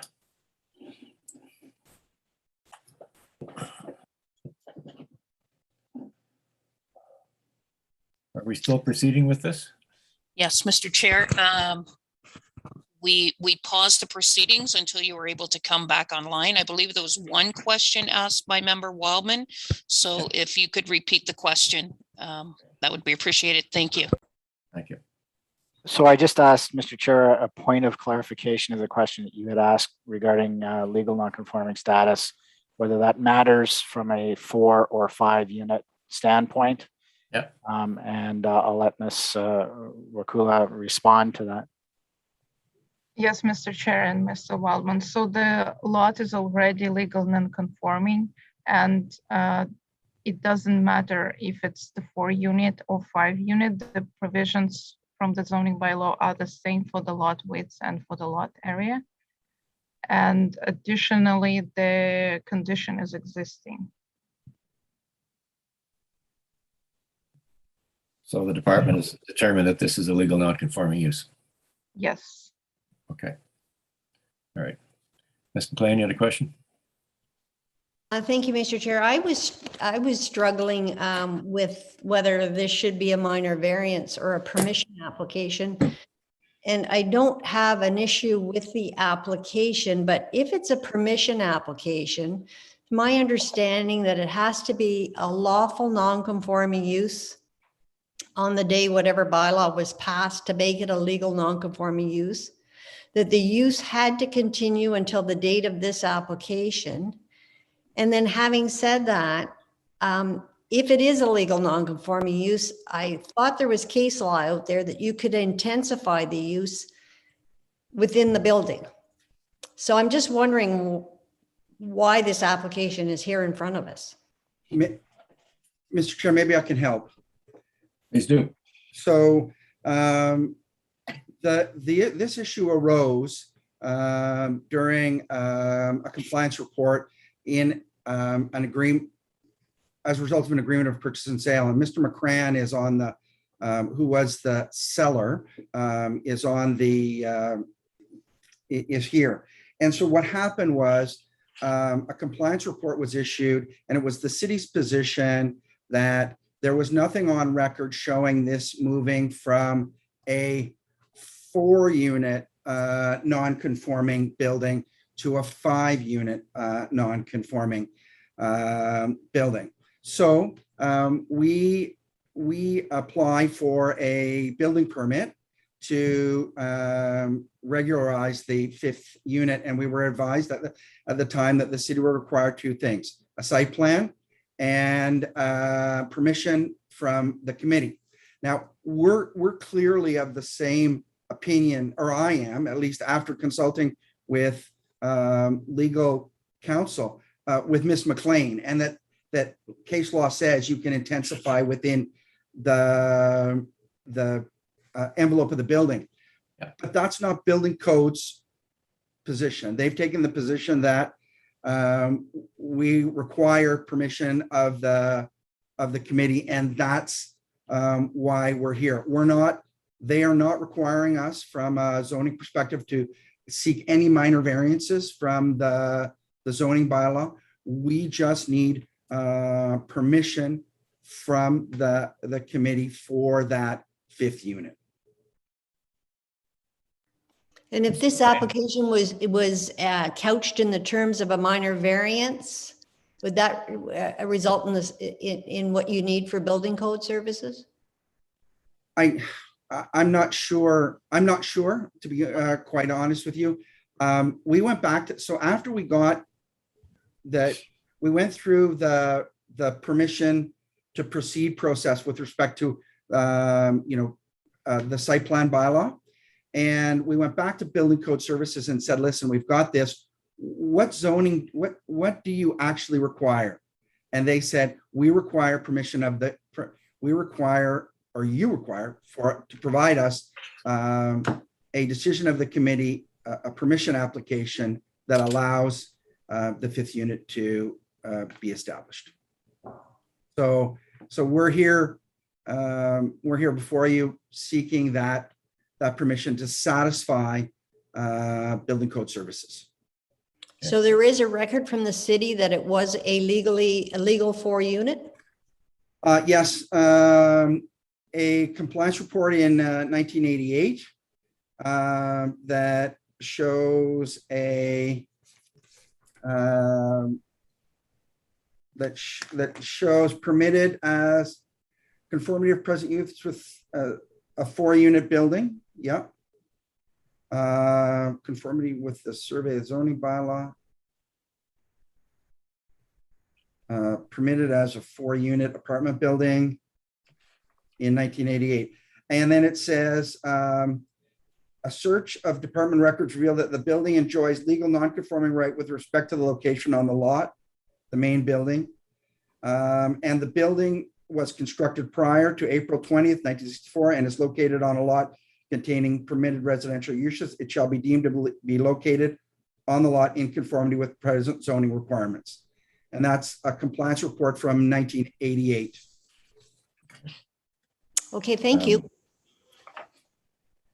I don't know if anyone else has asked the question, Mr. Hume. When was this fifth unit created? So, Mr. Chairman, we think it was created in 2008, when the architect went out to look at the space. What he determined from residents who were in the building and from some of the construction, it looked like it was constructed in 2008. There's some anecdotal information we got from neighbors that says it may have been as early as 2002. And where is the fifth unit inside the building envelope? It is at the rear. I have a presentation that I showed that I sent to the committee shows, but it's at the rear of the, so that's the entrance to the fifth unit. If you go to the first seat, you can see the existing fifth unit is at the rear. Okay. And you should know this, Mr. Hume, I hope. Since this unit was created illegally, does it meet building and fire code? Well, that's why we applied for a building permit, to ensure that we believe it does meet the code requirements, but we've applied for a building permit to do just that. And if it doesn't, what are you going to have to do? Well, if it doesn't meet code, well, first of all, Mr. Chairman, we know it meets code requirements because we've gone through that, the exercise for a studio unit. And we're going through the building permit process to codify that compliance. So you've had discussions with city staff regarding whether or not this building meets code? Yes. And the city's occupancy standards as well? Yes. Okay. But if there are any issues, they'll be resolved through the building permit process? Yes, sir. Okay. I just don't want us dealing with a forgiveness application and creating a residential unit which is substandard. No. You can understand our concerns. So, Mr. Chairman, just so you know, we've already applied for a building permit. We have applied earlier this year. And we provided the appropriate documentation, and the letter that we got back from the building code services showed deficiencies in two areas. One required a site plan, two required permission of the committee. So we're here, we've resolved the site plan issue, and we're here seeking permission of the committee. So the deficiencies are not in specifically reference to the actual unit that was created. It just, I mean, it's a building permit to deal with the fifth unit, and I will say I'm not a. Doors aren't in the wrong location. The toilet's not in the wrong location. The electrical work is up to speed and all that stuff. That will have to be part of the building code inspection. The architect who's dealing with this assures me that we will be submitting code compliant building plans for or we have submitted code compliant building plans for the department to review. Any other questions from the members of the committee? We wish to deal with this or reserve on this application? You're okay? All right. We're not going to reserve on the application. McLean, I think we should, if we're going to grant it for the life of the building. It's a permission application, Mr. Chair, and it's an existing situation. So I think we would just, yeah. And yeah, I was wondering, and I didn't think we could. All right. All in favor of the application as proposed? Application, the permission is approved, Mr. Hume. Thank you. Thank you, Mr. Chair.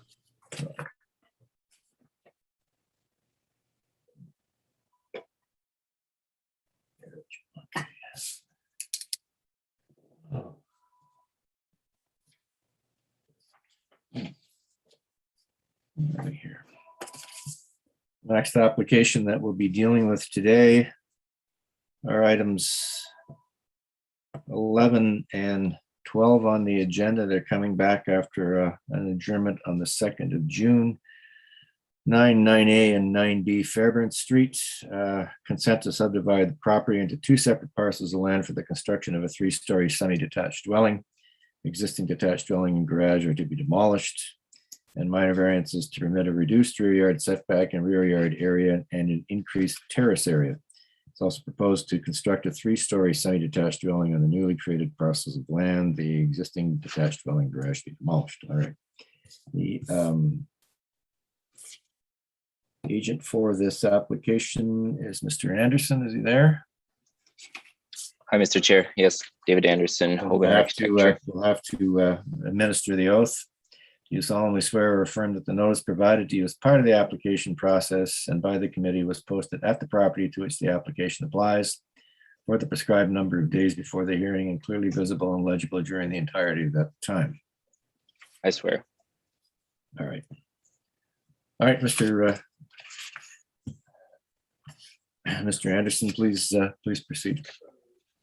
All right. So we have a presentation, I believe, that you guys should have. It's really the same application that we brought forth on June 2nd.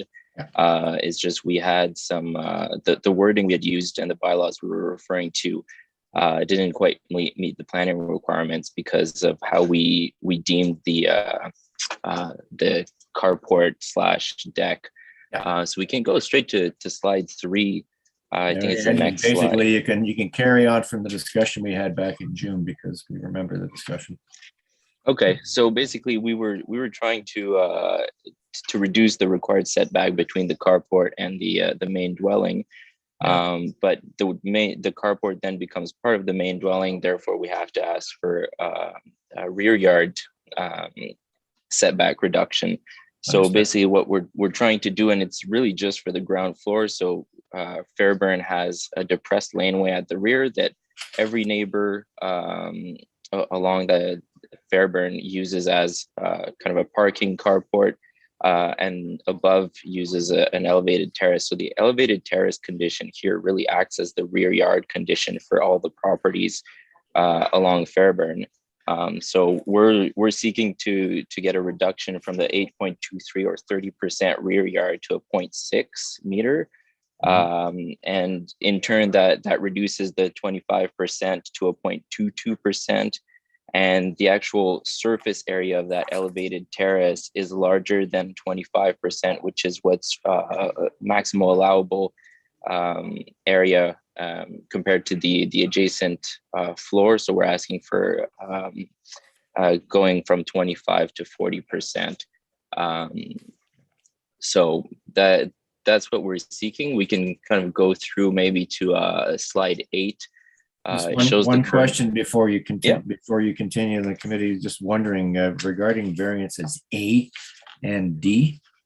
Are these variances pertaining to the basement portion only? So they are for the basement only. In our discussions with the planner and possibly Craig would have to validate this, but I don't know if a variance can be used solely for a portion of the building, but we've worded it in all our rationale that we are seeking to just do that for the basement level. Okay, please continue. Yeah, so if we go to slide number 8, we see the current condition.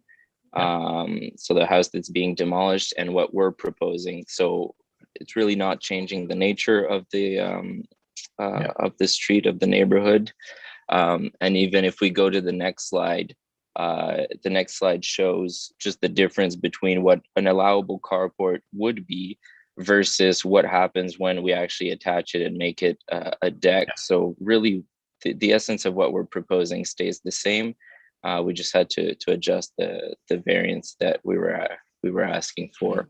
So we could go through some of the design views, but this is really the essence of what we're asking. And it hasn't changed since the earlier hearing. It's really just the wording that we've used to get there. And that's that's the reason why we adjourned the hearing. Exactly. Okay. Any questions from the members of the committee regarding this application? Mr. Anderson, you're aware of the conditions the city is imposing: cash in lieu, existing dwelling removed, services capped, accessory structure removed, relocated, joint use and maintenance agreement, drainage, creating a drainage plan, independent services confirmed, and a tree planting plan.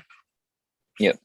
Yeah, and we note that there was no comment from the Ottawa South Community Association, and that the comments from neighbors have been in support of the application.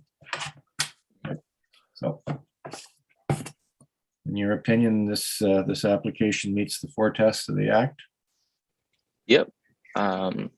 So it's being as it's already the existing condition, it's not without character with the neighborhood. Most buildings on Fairbairn are multi-unit, small number of them are family homes. The adjacent lot was recently developed, and it's the only construction on the street with a flat roof. So going with the pitch roof isn't out of context. It's very compatible with the streetscape on both sides on Fairbairn and the laneway. And being as this is a semi, it encourages new housing stock but still retains larger family households. So in your opinion, that this application complies with the four tests of the Act? Yes. All right. Any comments from the committee on this application? We're prepared to make a decision. In favor of the application as amended, that was adjourned on the 2nd of June. Applications are granted. Good luck with your project. Thank you, Mr. Chair. You're welcome.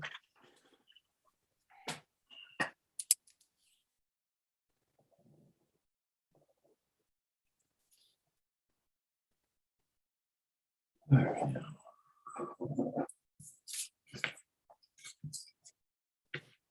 The next application we'll deal with is item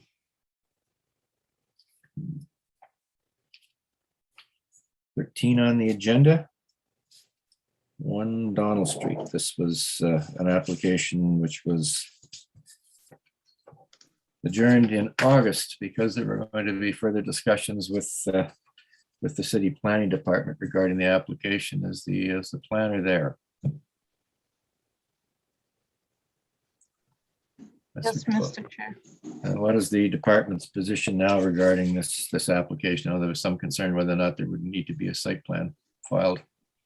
No, the site plan is not required, as the applicant has correctly revised their cover letter and provided clarification that it will be indeed a seasonal and temporary structure erected in fall and removed in spring. Right. So the department's concerns have been dealt with. Yes. Okay. All right. I think Ms. McQuaig was the agent. McQuaig, you there? All right. I'm here. Good afternoon, Mr. Chair, members of the All committee. right. We'll have to administer the oath. Do you solemnly swear or affirm that the notice provided to you as part of the application process and by the committee was posted at the property to which the application applies for the prescribed number of days before the hearing and clearly visible and legible during the entirety of that time? I affirm that to be true. Okay. If you'd like to proceed, please, Ms. McQuaig. If staff could share my presentation, unless you wanted me to simply skip to a review of the 4 tests, I can do that as well. I'll leave it to the discretion of committee as it's your time as well. Very, very briefly, and then go to the 4 tests, please. If my presentation could be shared as submitted, that would be helpful. And you can start on slide 3, I believe.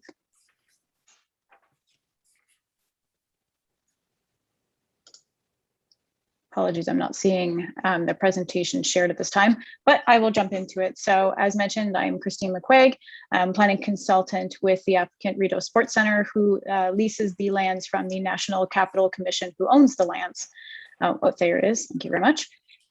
This is the location of the site kind of relative to the immediate area.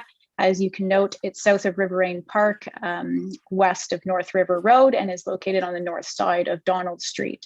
Next slide, please. This is an aerial image of the site as it is today, and also identifying the location of where the proposed seasonal dome structure would be located. You can see the two existing dome structures as well, and the residential that abuts North River Road that is leased from the NCC. There's about 200 meters of frontage on both North River Road and Donald Street. Next slide, please. These are some images of the site. The one on the left taken from the intersection, which just shows the corner of the property, and the one on the left, which is looking down Donald Street towards the river and shows the existing domes and the parking. Next slide, please. These are some additional images. Top left is where the tennis courts are currently located. This is a view from the pathway. And then top right is kind of looking into the site from North River Road towards the existing domes and where the proposed seasonal dome would be. You actually, it's difficult to see, but the two domes you can quite just make out behind the trees. They're kind of the same color as the sky on that day, but they are there. And then at the bottom is the existing Rideau Sports Center building. Next slide, please. This is just an overview of the context and more detailed layout in terms of, where the built form is and where the open spaces are. Next slide, please. This is the site plan identifying where the seasonal sports dome would be located on the property. It identifies the setback from the high water mark, as well as its relative location to the existing domes on the property, and all the grading that is identified there as well. Next slide, please. This is a survey of the existing conditions, which we can refer to as needed. Next slide, please. A review of the full zoning provisions have been undertaken, and consultation with staff and zoning plans examiner have also taken place that resulted in the 3 variances being requested. Next slide, please. The variances that we are seeking is an increase in height of 2.72 meters over the 11 meters that's required. For the seasonal dome, to permit a reduced setback from the high water mark of 11.4 meters, whereas 30 is required, and to permit the sports dome structure to be within the floodplain overlay, whereas the bylaw does not permit development within the floodplain overlay. Next slide, please. So I'll take you through the tests of these variances. We'll start with the height firstly, and I'm just going to jump to my notes really quickly. So because of the shape, and we have the elevation showing on the screen here, because of the shape and size of the dome, the actual portion that is subject to the variance is actually rather slim. That's applicable to that 2.72 meters, and it's not actually noticeable from pedestrian height. You can actually see that if you look at where the door entrances are located, sort of on the sides. The proposed structure is also set back from the existing residential, and it's buffered by vegetation, which you could see in those, I understand it was winter pictures, but that's when it would be erected as well. The dome is a seasonal structure. It will be there for the colder months only, and won't be up in the summer. We find that because of these reasons, the variance to the height, just because of its location, its setback, its overall structure, that the variance to height is minor. Next slide, please. The review of the intent and purpose of the official plan for the variances is best done kind of all together. So I'll summarize that towards the end. With regards to the intent and purpose for building height, it's really to limit impacts on abutting sensitive uses such as residential, as well as to ensure there's no impacts related to shadowing. As noted, this structure is set back from the low-rise residential that abuts North River Road, and there's significant buffering. So there's no shadowing impacts that would take place.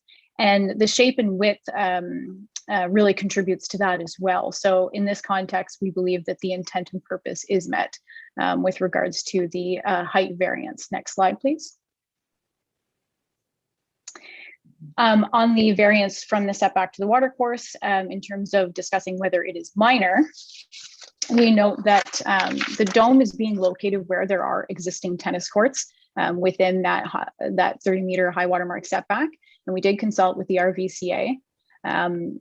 Because of this existing development of the tennis courts being already there, the impact is extremely minimal. Both of these cases, the seasonal dome versus the tennis courts are both, in terms of the RVCA's review, considered development already. And the existing courts, which are uncovered, and then the proposed dome would cover them during the colder months. So the conditions aren't drastically different. And there's no habitable spaces or sensitive land uses that are being proposed within the setback, and that contributes to ensuring that the variance is minor. Next slide, please. So a review of the intent and purpose of the zoning bylaw. For this particular provision, it's to ensure environmental integrity of the water's edge and prevent a buffer in the event of a rise in the normal high water mark. As we've noted, it's in the same spot as the existing tennis courts, which are already deemed to be development. And so there's no change in the use. And because there's no change to, I guess, the landscape, it's already a hard surface in a sense, and there's no place of habitation, and the structure is not easily damaged by water either. And it's also considered a temporary structure. So that all contributes to maintaining that intent and purpose with regards to the zoning bylaw. The environmental integrity does not change, and that there's no impact with regards to additional damages that you would normally see with a regular building. This is kind of a different circumstance, and it will also be taken down in the spring. So there's that consideration as well. Next slide, please. With regards to variant C, it's a very similar review, given that sort of the same consideration with regards to floodplain and that setback. The existing tennis courts, as I noted per the RVCA review, does already constitute development. There's the 2 existing domes are also located within the floodplain. Covering this location of the exposed tennis courts with a temporary seasonal structure does not significantly change this development that already exists. It just alters what's currently permitted to maximize the usability of these recreational facilities. There's no habitable spaces or sensitive uses being proposed, and there's no significant building that could be damaged. So due to these conditions, the existing development and the nature of the structure, it's our opinion that the variance to permit the seasonal dome within the floodplain is indeed minor. Next slide, please. So I'll review the intent and purpose of the official plan at this stage for sort of all variances collectively. And that's generally that the intent and purpose of this particular designation is to foster and promote those recreational activities and other compatible land uses in these open space areas. This particular development has existed on this site for decades, really. These tennis courts, the domes have also been there for an extremely long time. And what is being done is a structure that's, it's not easily damaged by water. It's already in an area where there is technically development, which is the existing 7 tennis courts. It does not contain habitable spaces, and it's not a structure that is easily damaged by water, and it will be removed in the spring, and it will not exist during the summer months. So all of those contribute to the intent and purpose of that official plan, which is promoting the continuation of those recreational uses during the winter months. We feel that it does meet that intent and purpose. And then with regards to the Section 58 review and having that development in the floodplain, we note that the intent is to limit development for the purposes of safety and costs and damages and impact to sensitive uses. Based on our review and what I've said previously, because of the particular circumstance of its location being where there's already development, as well as its particular form, structure, the materials used, and the fact that it's temporary, all contributes to the fact that the intent and purpose of this provision specifically is being met. And we also note that these structures, despite the, we understand the materials aren't easily damaged, but the structures itself are replaced over time. You don't simply have one dome that lasts, 60 years or so. They do get replaced. So there's that component as well that contributes to this meeting that particular test of the bylaw, or of the Planning Act, sorry. Next slide, please.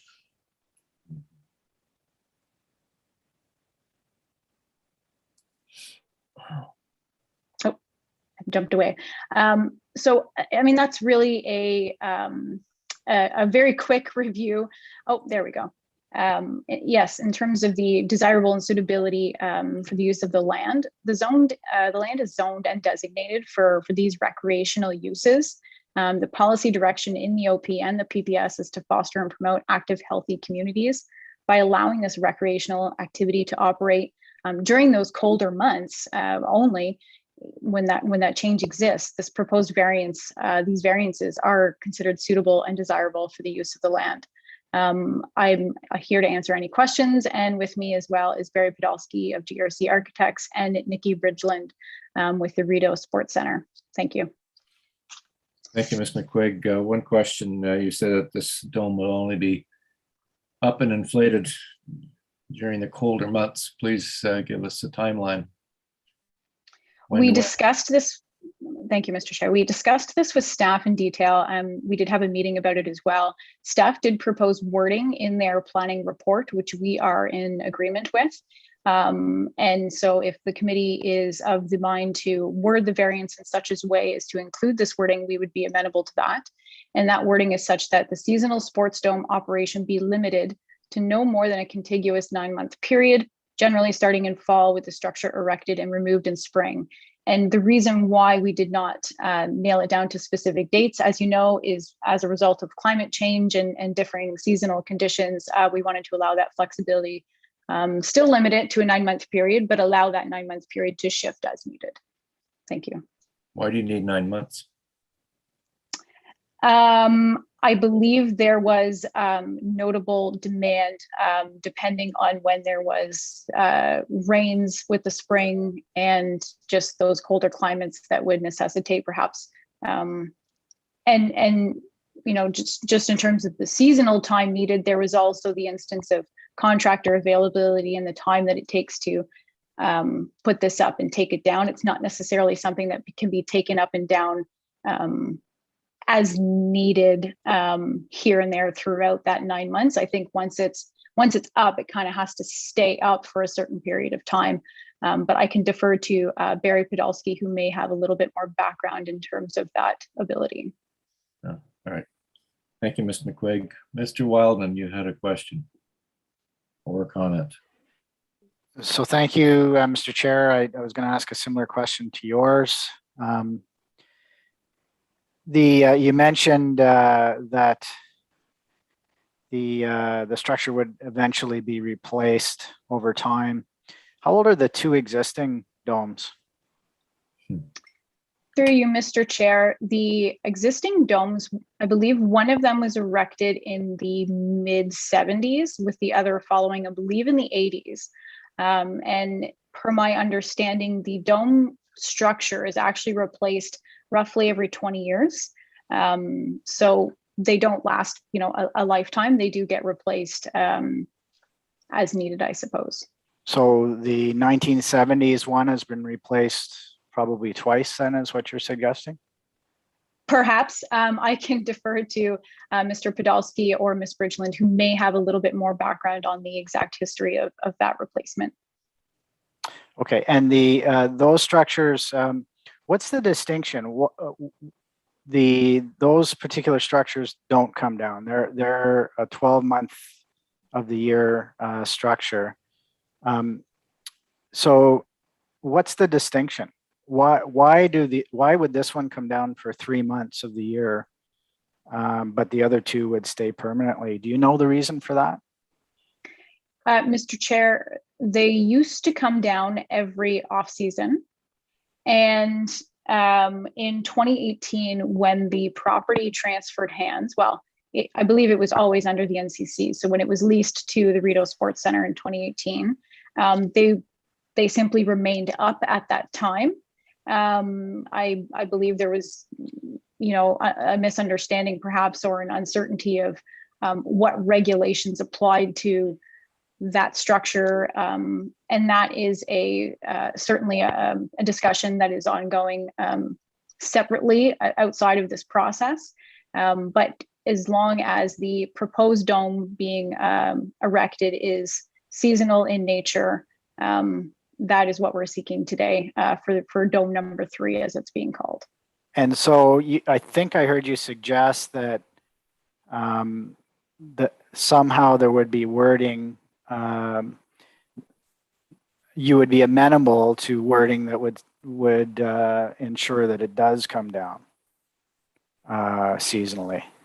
That's correct. Okay. So we did speak with Rideau Sports Center to confirm their timing and when it would be most appropriate, as well as with regards to they have a contractor who will be retained and come in to take these down and put them up. And was one of the concerns when we discussed with staff when there was specific dates that were proposed, is that really creates a lot of constraints and is not appropriate with regards to changes in climate variability from season to season. And so that's why we simply wanted a little bit more flexibility. So the wording that came back was staff suggested wording, which we agree with. Okay. Last question is, you had indicated that the tennis courts in your mind and perhaps in others' minds is development. That is, the tennis courts are a flat surface, they're at grade. And then there'll be a dome there in the floodplain, which would have the effect of displacing storage should there be a need for that floodplain. Has there been an analysis that has looked at the impact of that displacement should that occur when the dome is there? Through you, Mr. Chair, to my knowledge, that has not been reviewed, but we did submit building permits and RVCA has reviewed the application. We did consult with the RVCA early on in the process as well. Okay, those are my questions, Mr. Chair. Thank you. Thank you, Mr. Wilden. Mr. Wilder? Yes, I have a few points actually, Ms. McQuaig. To be honest with you, I'm not a fan of air inflated domes. I have one actually near my house. I find it to be very unsightly. All these years, the tennis courts have been closed for the winter months. Is that correct? The 7 current tennis courts, I believe, yes, they have. Ms. Bridgeland, she's shaking her head yes, so I will confirm yes, they have been closed during the winter months. So the whole idea is here, having been sold to the Rideau Sports Center, who are a profit-making, I assume this is not a non-profit organization. They're obviously looking to basically address revenue here, obviously, in terms of they'll recover their costs, obviously, in the long term by putting up the dome, whatever the cost is, they'll own the dome and put it up, take it down. I guess this adds over the period of time, whether it's, in fact, I'm going to discuss that in a moment. We're going to have 3 domes here now, and regardless of the sight lines from the residential properties nearby and the one individual across the way who feels it will interfere with his sight lines and whatnot. I just find that, having 3 domes on this site is, quite substantial. Are there winter sports already happening? I guess in the other 2 domes? What exactly happens over the winter months in the other 2 domes, if I may ask? Through you, Mr. Chair, I'll defer that question to Ms. Bridgeland, who is from the Rideau Sports Center. Well, before I go on to that question, I guess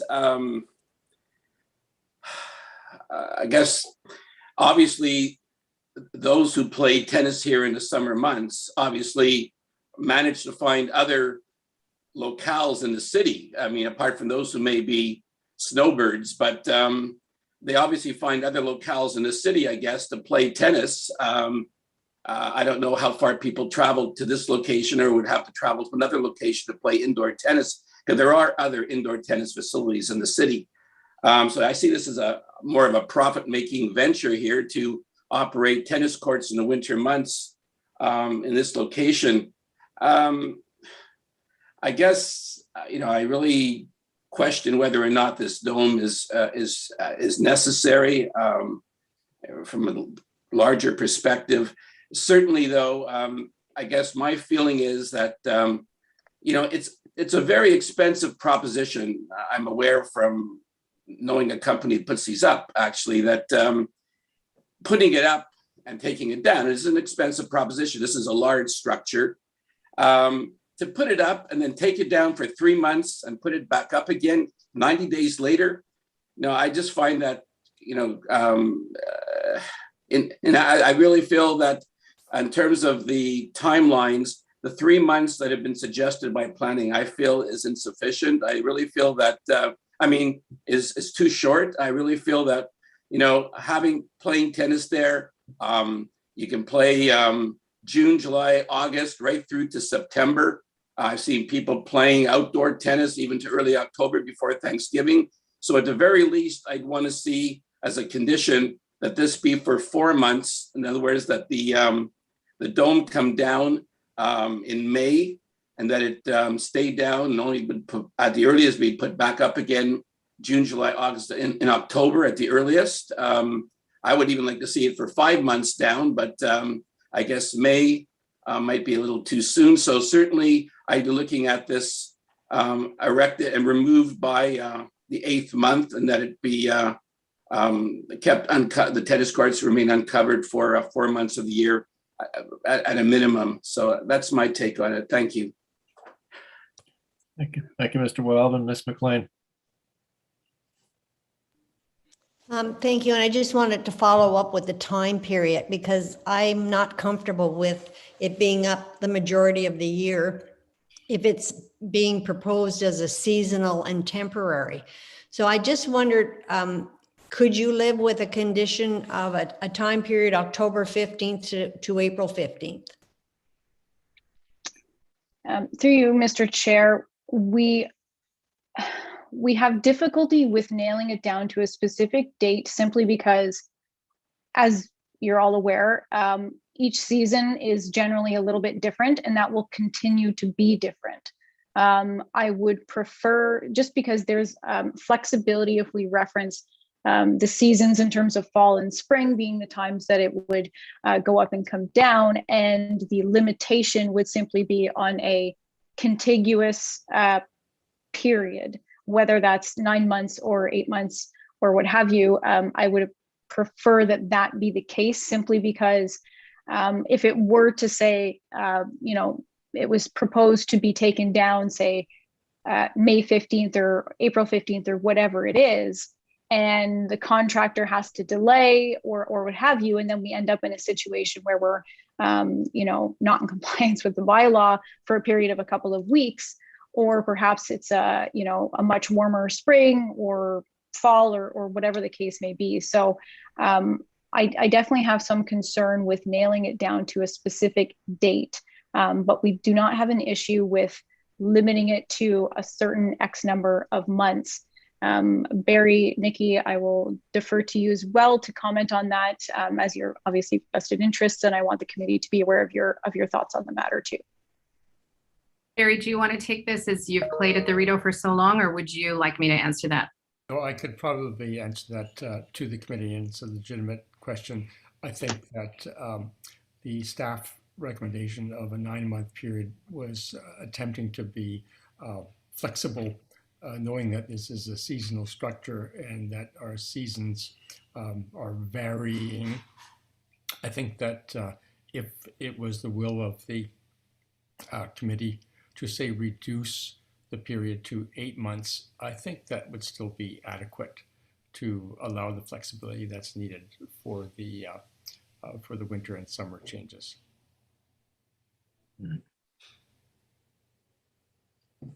Ms. McQuaig, the last time we talked about this, I believe I asked you a question regarding the whether any work had been done to assess the parking demand created in the immediate residential neighborhood should this dome be approved. And I'm assuming that nothing has been done on that. You still have no knowledge. To respond, Mr. Chair, no, that has not been looked into with regards to the parking, given that this particular use is existing. We did check with staff. I did review with staff, and it was their opinion as well that since it's a temporary structure and that the use is already there and existing, that parking was provided at the time of the establishment of the use, and there's no zoning requirement to provide additional parking or review that as part of this application. Okay. All right. Thanks very much. Any other questions of the applicant? Ms. McLean, other question? Just through you, Mr. Chair, that I am struggling with the time period. So 9 months down to 8 months contiguous, could go into the spring. And we're being told that this is for the colder weather. So I'm just not convinced that the time period is reasonable, given the evidence we're hearing that it's just to allow tennis to occur during the colder months. So I'd like to see some kind of a specific time frame, but I'm just going to leave it at that. Mr. Wildman? Or Mr. Wilder, sorry. Sorry. Yes, while I'm at it, maybe they could explain exactly what happens in those two other domes. How actively are they used 7 days a week? And what times of day? Mr. Podolsky, any idea? Ms. Bridgen? I'd like to, because Nikki Bridgeland is the CEO and is involved in the operations of the other two domes. Nikki, would you like to just describe what happens in the other two domes during all seasons? Yeah, I'm happy to answer that. Thank you for hearing my comments on this. To answer your question, Mr. Wilder, it is in one of the domes, Dome 1, it's volleyball, basketball, soccer as different options of sports. In Dome 2, it is tennis. And the reason for Dome 3, to answer a question you had before about whether there is sufficient tennis in Ottawa, there's a drastic shortage, and there has been a drastic shortage for indoor tennis. There is ample tennis in the summertime, but not in the wintertime. And the recent closure of the Ottawa Athletic Club further exacerbated a shortage that has existed for decades for indoor tennis play. So this is the need that we're fulfilling with the healthy, active community. All right. Further to the question that our chair had, in terms of parking, how much parking, for the two domes that you have in existence now over the winter months, how much of your parking area, how many parking spaces when it's fully active, both domes, when there's teams playing in both domes? Obviously, there's a considerable number of players when you're talking about soccer, basketball teams, as opposed to individual players or doubles for tennis. How many parking spaces at peak are used? How many are available? So what I will say is we have the domes used year round. So the tennis Dome 2, which already exists, and the multi-sport Dome 1, which already exists, is used year round. So this isn't a further exacerbation of a parking situation, because the outdoor tennis courts are used at the same time concurrently as Dome 1 and Dome 2 year round. So, but this is winter now. Is any of your parking area used up, for example, for snow storage and the like that removes parking spaces? We don't have snow storage here in our parking area, no. All right. Okay. All right. So this is going to just create the indoor use for the seven tennis courts. Is that right? And it's actually one court less. So it's reducing it from 7 outdoor courts to 6. So it actually has a reverse impact on parking. Yeah. And how many courts do you have now in the or when it's used for tennis? How many courts are available in the other dome? In the other dome, it's only 4. 4. All right, thank you. And your company, I suppose, is a privatized company. It's not a nonprofit, I imagine. That's right. It's not a not-for-profit. It's a for-profit. We are an NCC tenant, and part of our lease is based on total revenue. So the NCC does value from the augmentation, and they are in support of this. Yeah, I understand. So if we were to remove 1 month, if we were to say the dome has to come down, wouldn't really impact that much? Because I suppose come June, July, August, September, it's 4 months. Tennis can be played outdoors, certainly. I mean, tennis courts are myself, actually. Some people are out there playing in May already after the snow melts, but certainly given that snow may melt slower in some seasons, but certainly June, July, August, September. So I would certainly support a dome up for 8 months of the year, not 9. And I'd like to put that in as a condition, Mr. Chair. Okay. Thank you. Okay, thank you. Any other comments from the committee on this application? Ms. Oakeshott.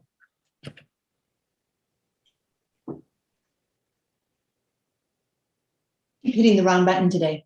Thank you, Mr. Chair. I just wanted to make a comment that I'm very sympathetic to the idea of maximizing the recreational use of the facilities, but at the same time, I have a really hard time seeing a structure that's going to be up for 3/4 of the year as being temporary or seasonal. And so I agree with my colleagues that I would like to see a smaller amount of time that it be erected, probably closer to the 6 month that I think it was Ms. McLean that mentioned. So I think we've heard from the applicants that they'd be willing to accept a reduction of 30 days to an 8-month period. So with that, I think what we're going to do, folks, is reserve on this application.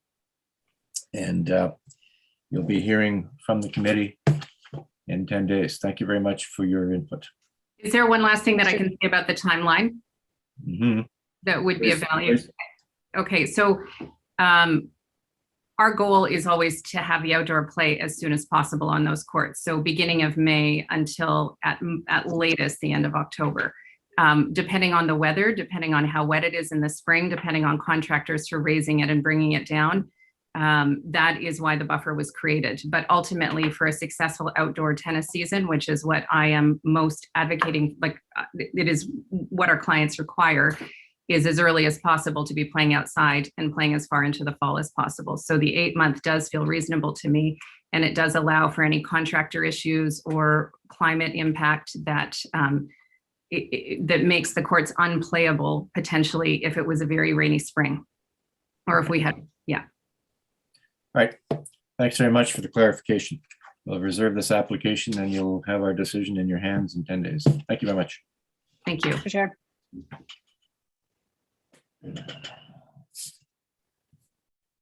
Oh my. We'll now deal with item 15 on the agenda, 438 Byron Avenue. And this application has been adjourned twice already, July 7th and August 18th of this year, and is hopefully now back before us for the final time. Mr. Dubo, I believe, is the agent on this application. Is he there? Good afternoon, Mr. Chair. Thank you for having me back. Okay, we have to go through the solemn declaration again. Do you solemnly swear or affirm that the notice provided to you as part of the application process and by the committee was posted at the property to which the application applies for the prescribed number of days before the hearing and clearly visible and legible during the entirety of that time? I do swear. Okay, so we sent you off to get clarification from Hydro and to revise plans, deal with gutter issues, setbacks, and I think those are the matters that were before you. So please proceed very briefly. Thank you very much, sir. Obviously today I have just a small drawing set for you guys, one that you're quite familiar with that addresses those two issues aforementioned last week. I'd just like to confirm with you, Mr. Chair, if that's okay. Did you receive the hydro compliance letter dated August 19th from Rochelle Lorenco? I believe it would have been addressed to Christopher Murphy, who I had spoken to. I believe we did, yes. Okay, thank you very much. So for the first slide here, if I just may direct your attention to the ellipse on the bottom left of the page here, the instrument that I needed to comply with from Ottawa Hydro was OLS 0002, which prescribed a 5-meter radial setback from the outermost part of the building envelope from that hydro post, which is illustrated here that we are in abundance of that setback of by 2.813 meters. All right. It's better illustrated in elevations later on. If you look at the next slide, it just better illustrates our eave protection measures, gutter protection measures. So we're going to use our standard 5-inch aluminum gutters, and the product in question will be the LRX M5300 perforated galvanized gutter protection system, which is both porous and allows water through, but also prevents leaves from getting in there. My contractor uses this product religiously, and he's had 0 callbacks ever since. He's had many sites with this kind of access issue where it's very high above grade, and it's obviously not safe or practicable for the homeowner to get up on a very big ladder and try to clear out the gutters. So in addition to this, your runoff is being, when the new dormers, is going to be directed to the existing gutters that are at the second floor ceiling. Yes, Mr. Chair. And in fact, we're going to add an additional downspout. So what we'll be doing, which can be shown on the next slide better, is there'll be a high spot in the very middle of that roof peak, and then there'll be 2 low spots on either side, and in which they'll drain to and from the front and back of the property. As noted, the grading, it's relatively flat between the 2 properties on the east and west yards, so it'd be most practical to drain to the front and back of the property, as what is already there. And it should be noted that those drains are definitely in access design of 7410.4 of the Ontario Building Code, which denotes hydraulic loading on paved, porous, or bituminous surfaces. So it should be hopefully well addressed. I wanted to make sure that there was no room for doubt. The last 2 elevations are just further illustrations of compliance with the instrument OLS 0002, denoting the relationship with the existing hydro pole and the exteriormost fascia of the property. And then the last we note that in addition to the 2 variances we had before us the last time we met, yes, we've added the 3rd variance C, permitted reduced utility interior side yard setback of 1.17 meters, whereas it should read section 3 of the urban exception 2685, and the zoning bylaw requires a minimum interior side yard setback of 1.335 meters. Yes, Mr. Chair, in light of the new exception that applies to that zoning envelope. Yeah, so I could adjust the 4 tests again if I was, pardon me, I was a little nervous last time, but if you'd like me to run through those again, I can establish it's just very briefly, please. That'd be fine. It's the end of the day. So essentially the 4 tests, of course, are to maintain the intent and purpose of the official plan, which is under the Richmond Road Westboro Community Design Plan to create efficient and compact housing solutions. So by maintaining the existing sort of horizontal envelope and by simply building up, we believe that it's providing more usable space for the homeowner, as the property is only 17 foot 1 wide. It's a rather narrow home. And of course, he's got a kid at home that he wishes to have some evacuated space from. So the attic will serve as a home office and find him a better means of working from home. The intent and purpose of the zoning bylaw is to encourage mixed use and obviously not deviating from the plot too far. So we do want to keep it as a single residential home. We have no intentions of adding anything additional to that. Desirable and appropriate development for the use, land, or structure, we feel that it is. We want to preserve the architectural qualities of this home. We are adding a window on the front and back of the property, which will take away from the fish scales a little bit, but we do have lighting requirements for those spaces. So that's why that has been developed in accordance with that. And hopefully the last point of being minor in nature, we hope that by not extending the horizontal envelope and by only building up by as much as we need, that it maintains its minimal compact form and meets all the tests above. Thank you. All right, thank you, Mr. Duval. Any questions, comments from the members of the committee? We're prepared to make a decision on this application. All in favor of the application as amended? Your application's approved. Good luck with your project. Thank you very much, guys. Have a wonderful day. Thank you. Oh.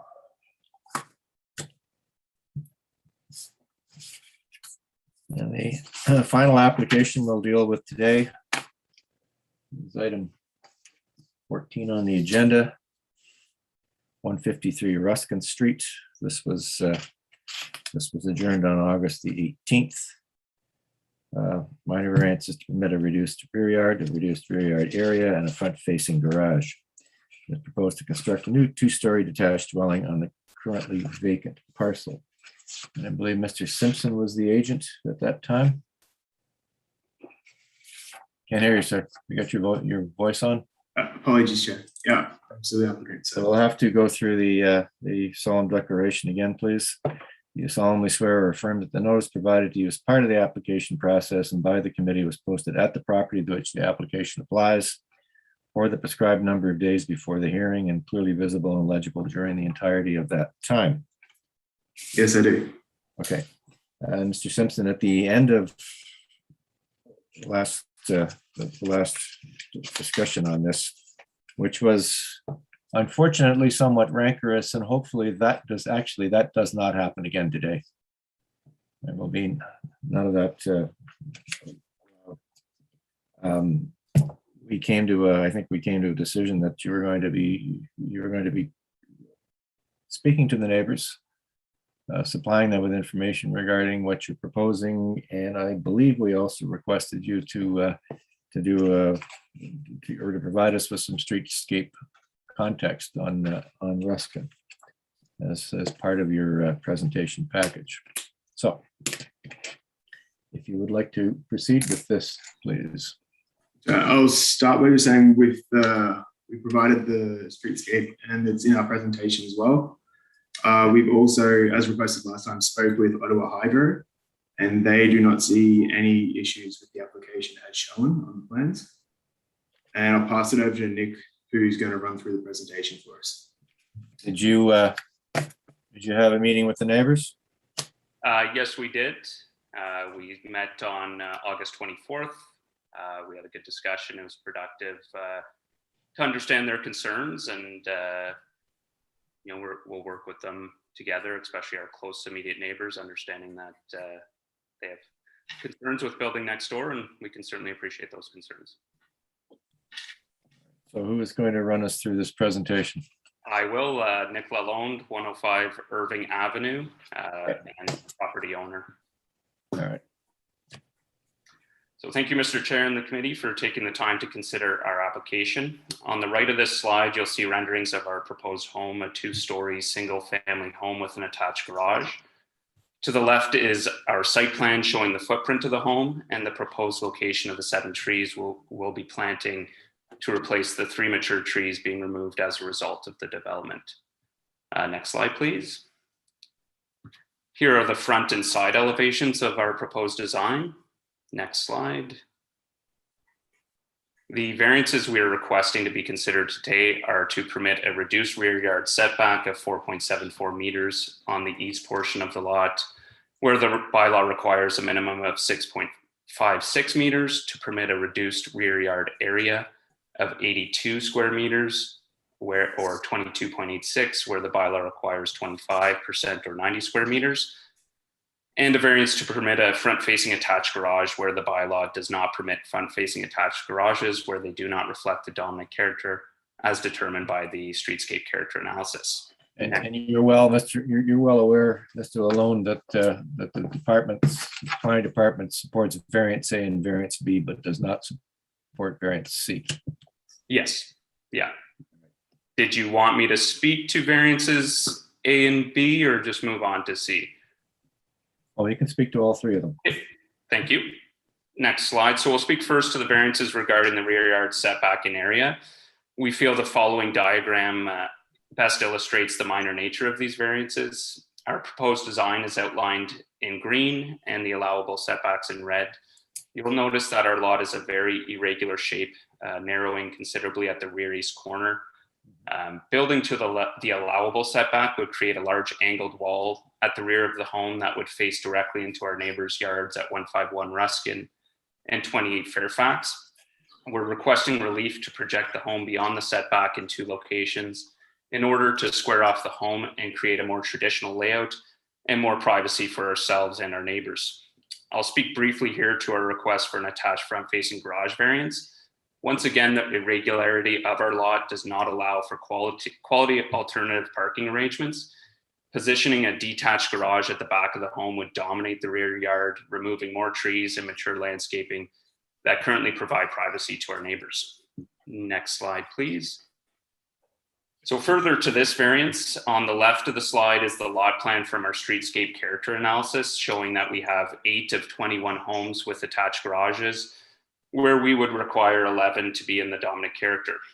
Our lot is highlighted with a star, single car attached garages in pink and double car attached garages in green.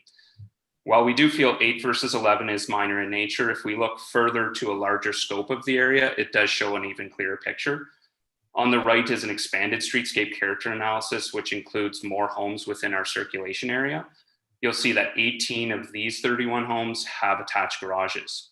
Looking back to our streetscape on a narrower scope, you'll see that both our neighboring properties have attached garages, as well as 3 of the closest 5 properties and 5 of the closest 10.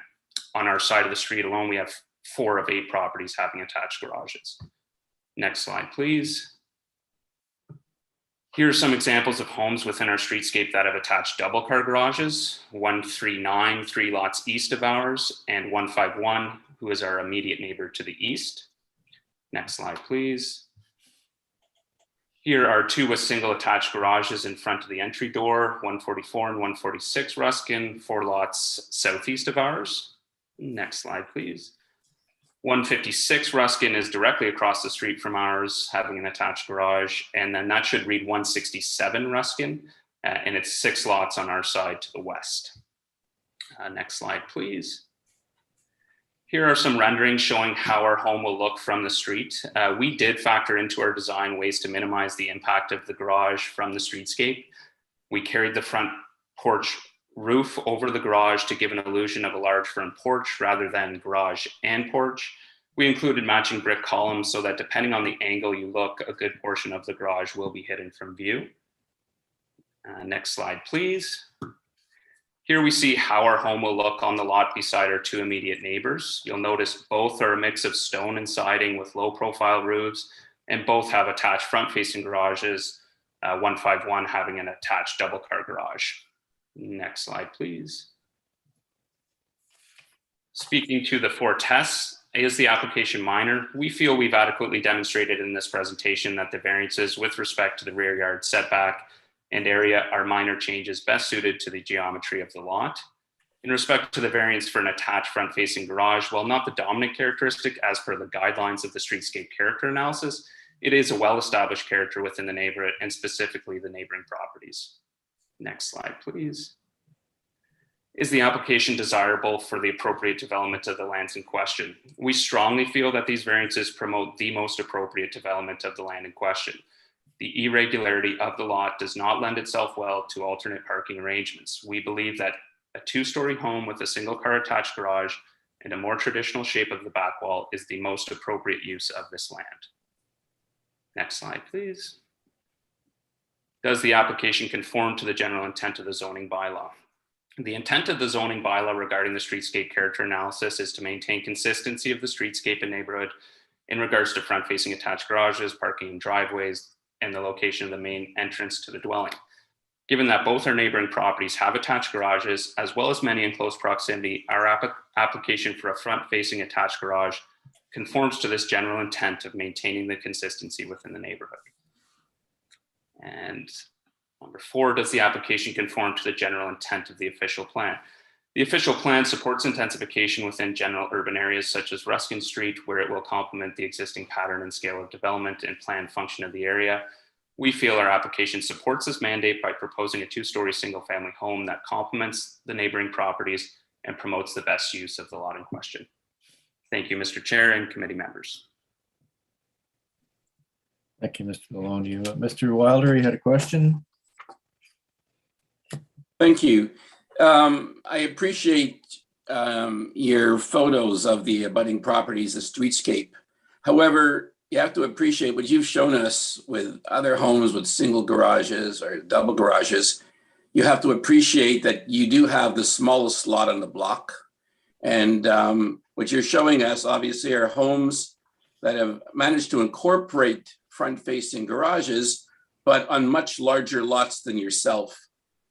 Which is more character of the streetscape than, you know, the front-facing garage that you're squeezing into your particular structure. Am I correct?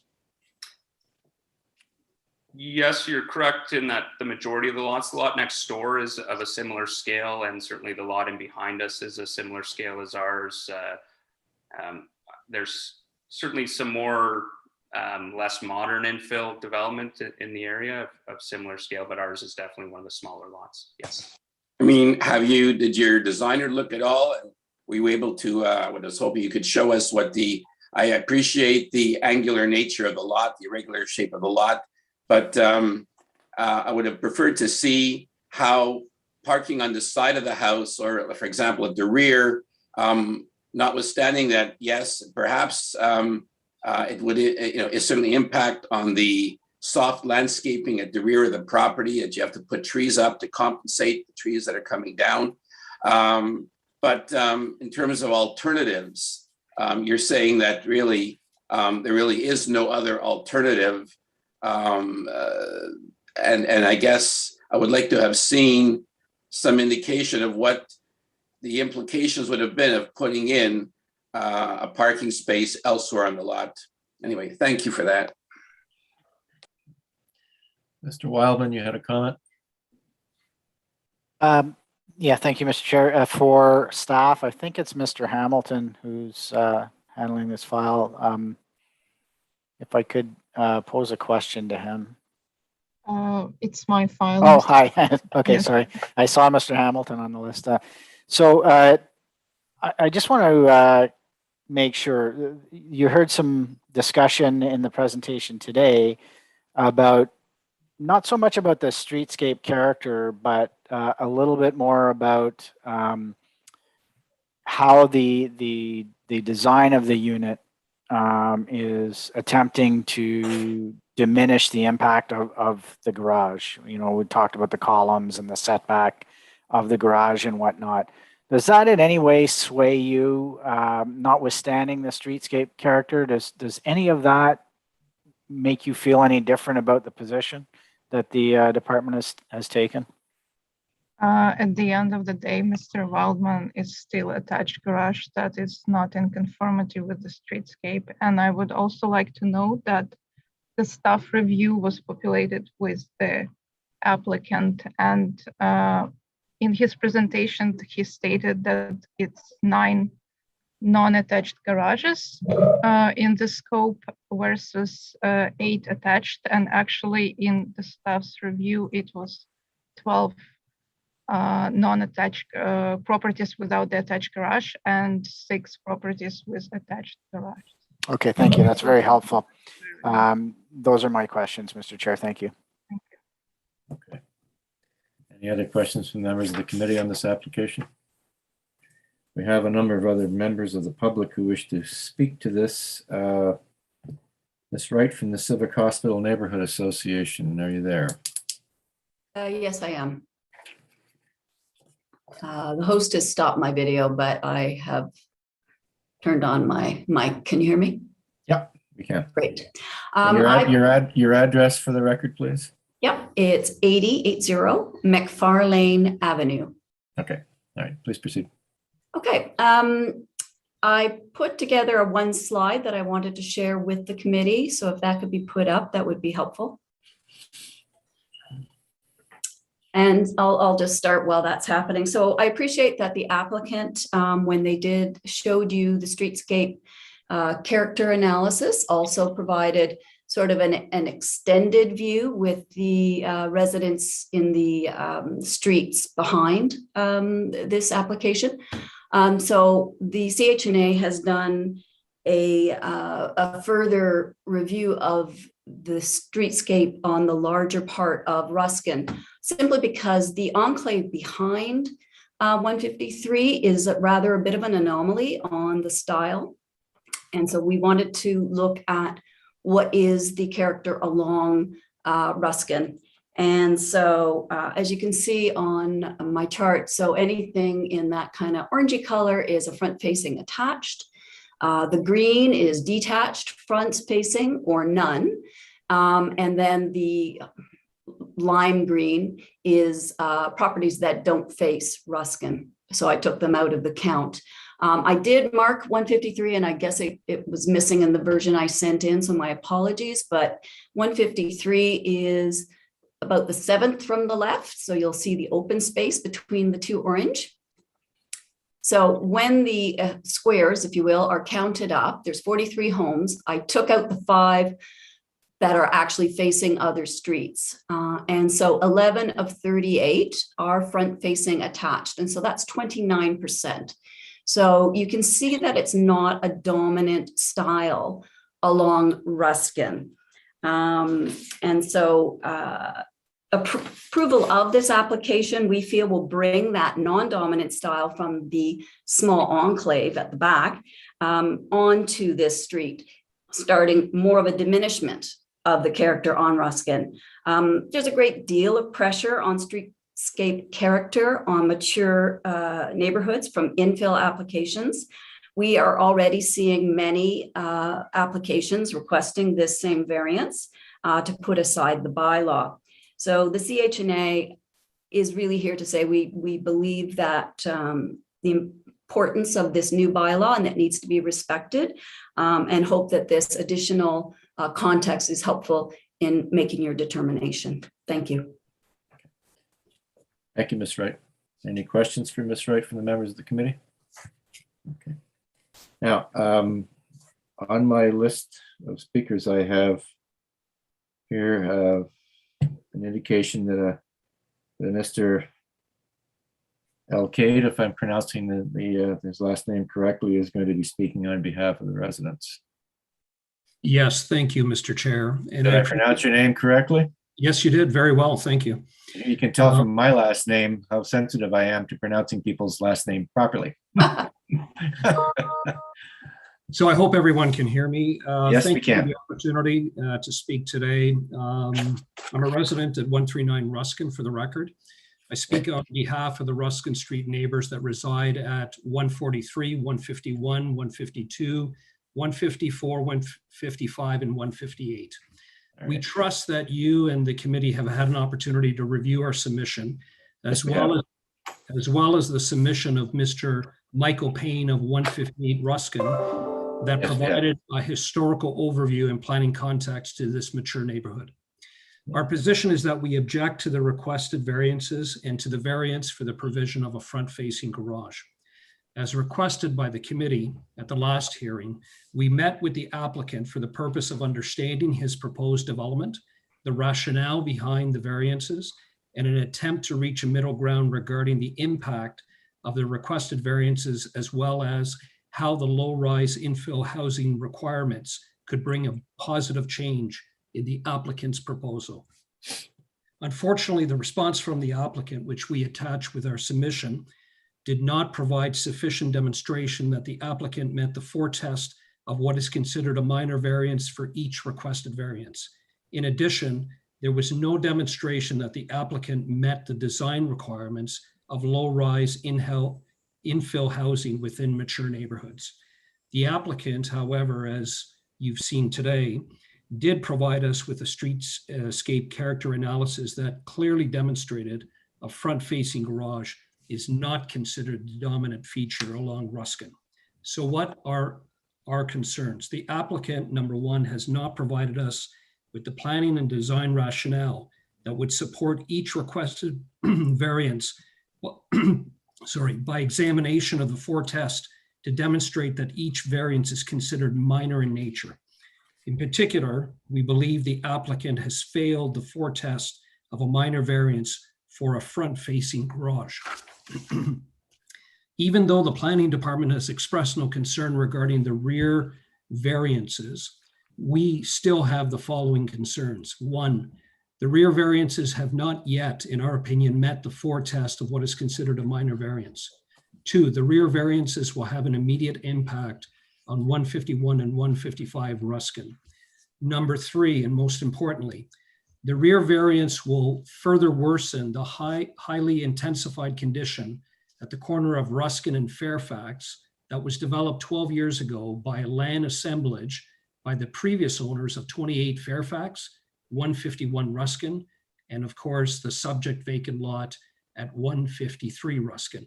This highly intensified condition leads to a further degradation of overlooking view conditions to adjoining neighbors, the reduction of privacy, increased noise, and an increase of building shadowing to the rear yards of 151 and 155 Ruskin. This also includes, in our opinion, a reduction of the quality of the rear yards of all adjoining neighbors due to the fact that 28 Fairfax is a 3-story structure that is in close proximity to the subject development.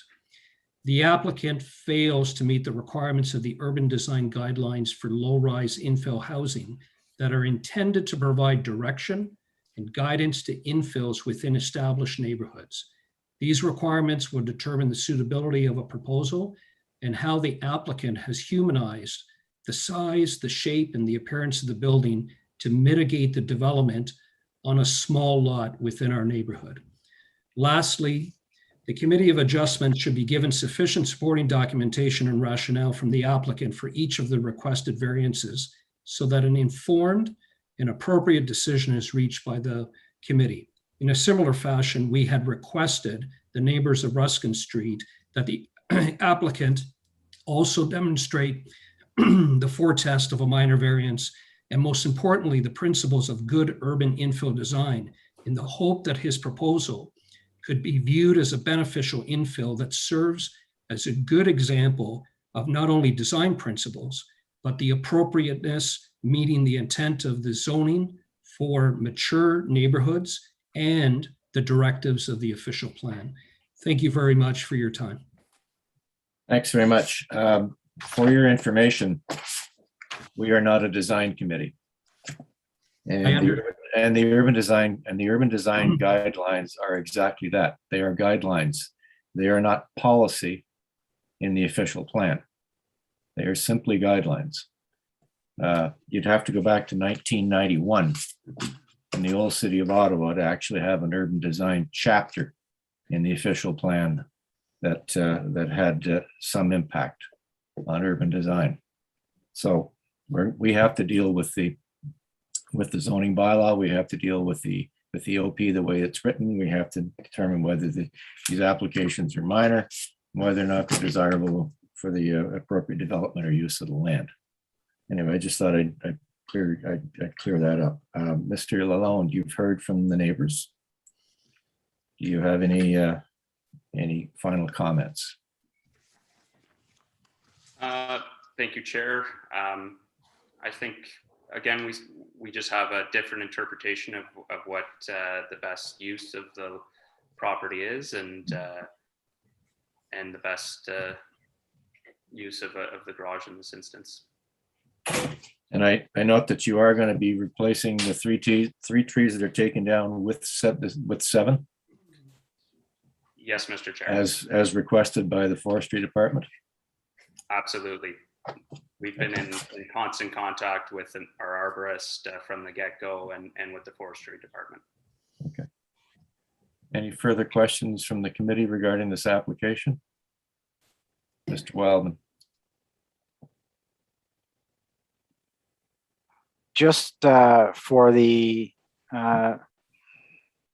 gentleman who presented before Mr. Lalonde spoke on the 4 tests, is he still available? Is he still on? I'm here. Okay, thank you. So what I heard from you was that in your opinion, that it has not been demonstrated that the 4 tests have been met. Is that a fair comment? Correct. So with respect to the official plan, maybe if we can work our way down, what is it from the official plan that has not been met? Well, in our opinion, the official plan, as you are aware, provides vision and policy framework for the assessment of applications, including those that go to the Committee of Adjustments. There are also guidance to the zoning bylaw planning for existing areas and, most importantly, mature neighborhoods. So even though the chair has stated that urban infill guidelines are not applicable in this particular case or reviewed by the Committee of Adjustment, I believe, and I will be transparent now with the committee, I'm a licensed architect. I own a business in Ottawa. I'm the principal of that business, and I deal with urban design, high-rise buildings, infills, etc., and have been for the last 30 years. So whenever we do applications, all of the documents that are integral to protecting mature neighborhoods are considered. And when one approaches the city with respect to an application to the City of Adjustments, one would envision that in concert with the city planner, that the architect or designer would consider all of the documentation, including the urban design guidelines. And we make reference to the urban design guidelines only from the quality of the design and for the purpose of the design to mitigate what is otherwise considered a fairly large structure on a very small lot. So when we spoke with the proponent, the applicant, and we conducted a meeting with him, the majority of our objective was to encourage the applicant to increase and better his design, review these urban design guidelines to try to mitigate what I had mentioned earlier regarding the size of the building and the small lot. So in terms of your question, we believe that the root objective and the directives of the official plan would then not support the variance for a front-facing garage, as well as, in order to meet the 4 tests of any variance, we feel that the official plan and the root of those directives should be maintained.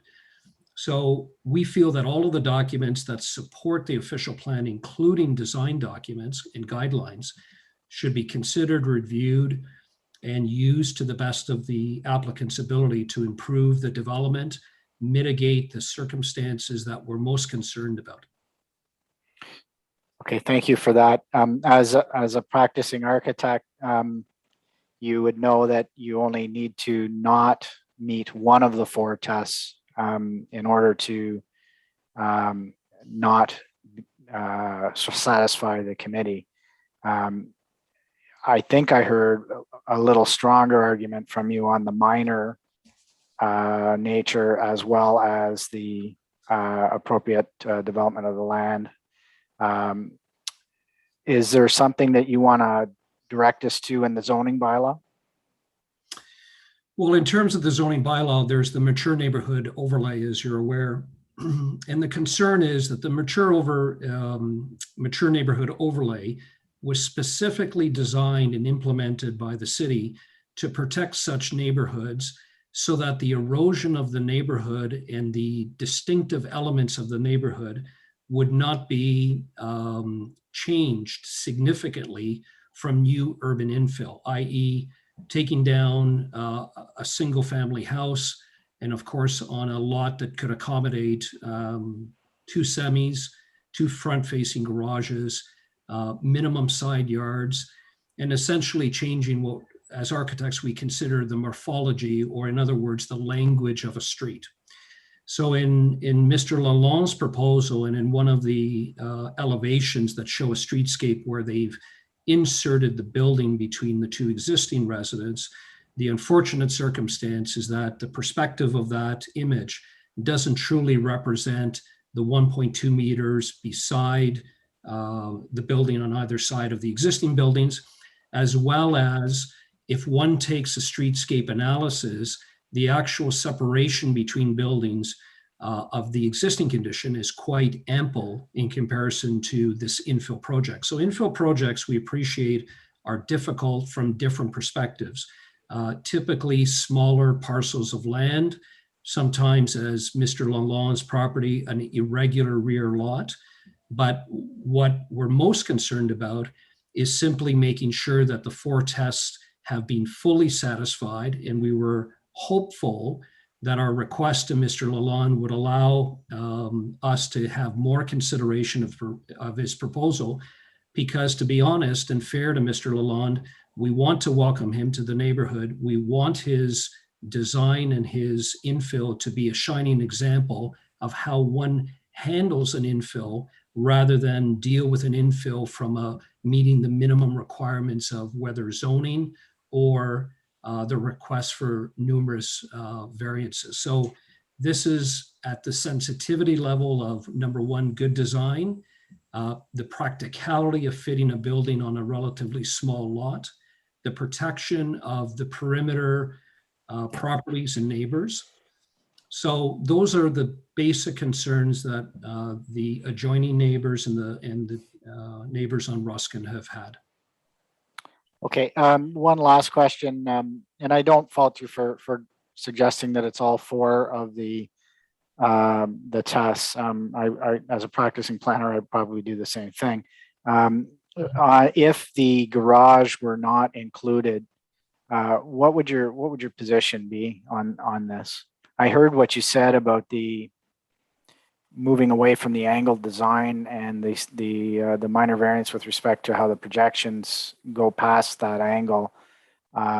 Is it your position that all 4 of the tests are not met with if only the variance A and B are there? It's a very good question. Again, when we look at it as architects, we look at it holistically. I'm not one to parcel out or cherry pick one requirement over another. So typically what I've read from, and by the way, in all fairness to us, it is the first time that we've seen the rationale of the 4 tests presented by the applicant. We haven't seen it before. Us too. Mhm. So of course, the initial reaction, as you mentioned, is typically looking at the 4 tests and do the 4 tests in a meaningful manner get resolved, and are they answered? We wouldn't look at it in a minimal way, i.e., yes, 3 of them have been met, for example, 1 hasn't been met.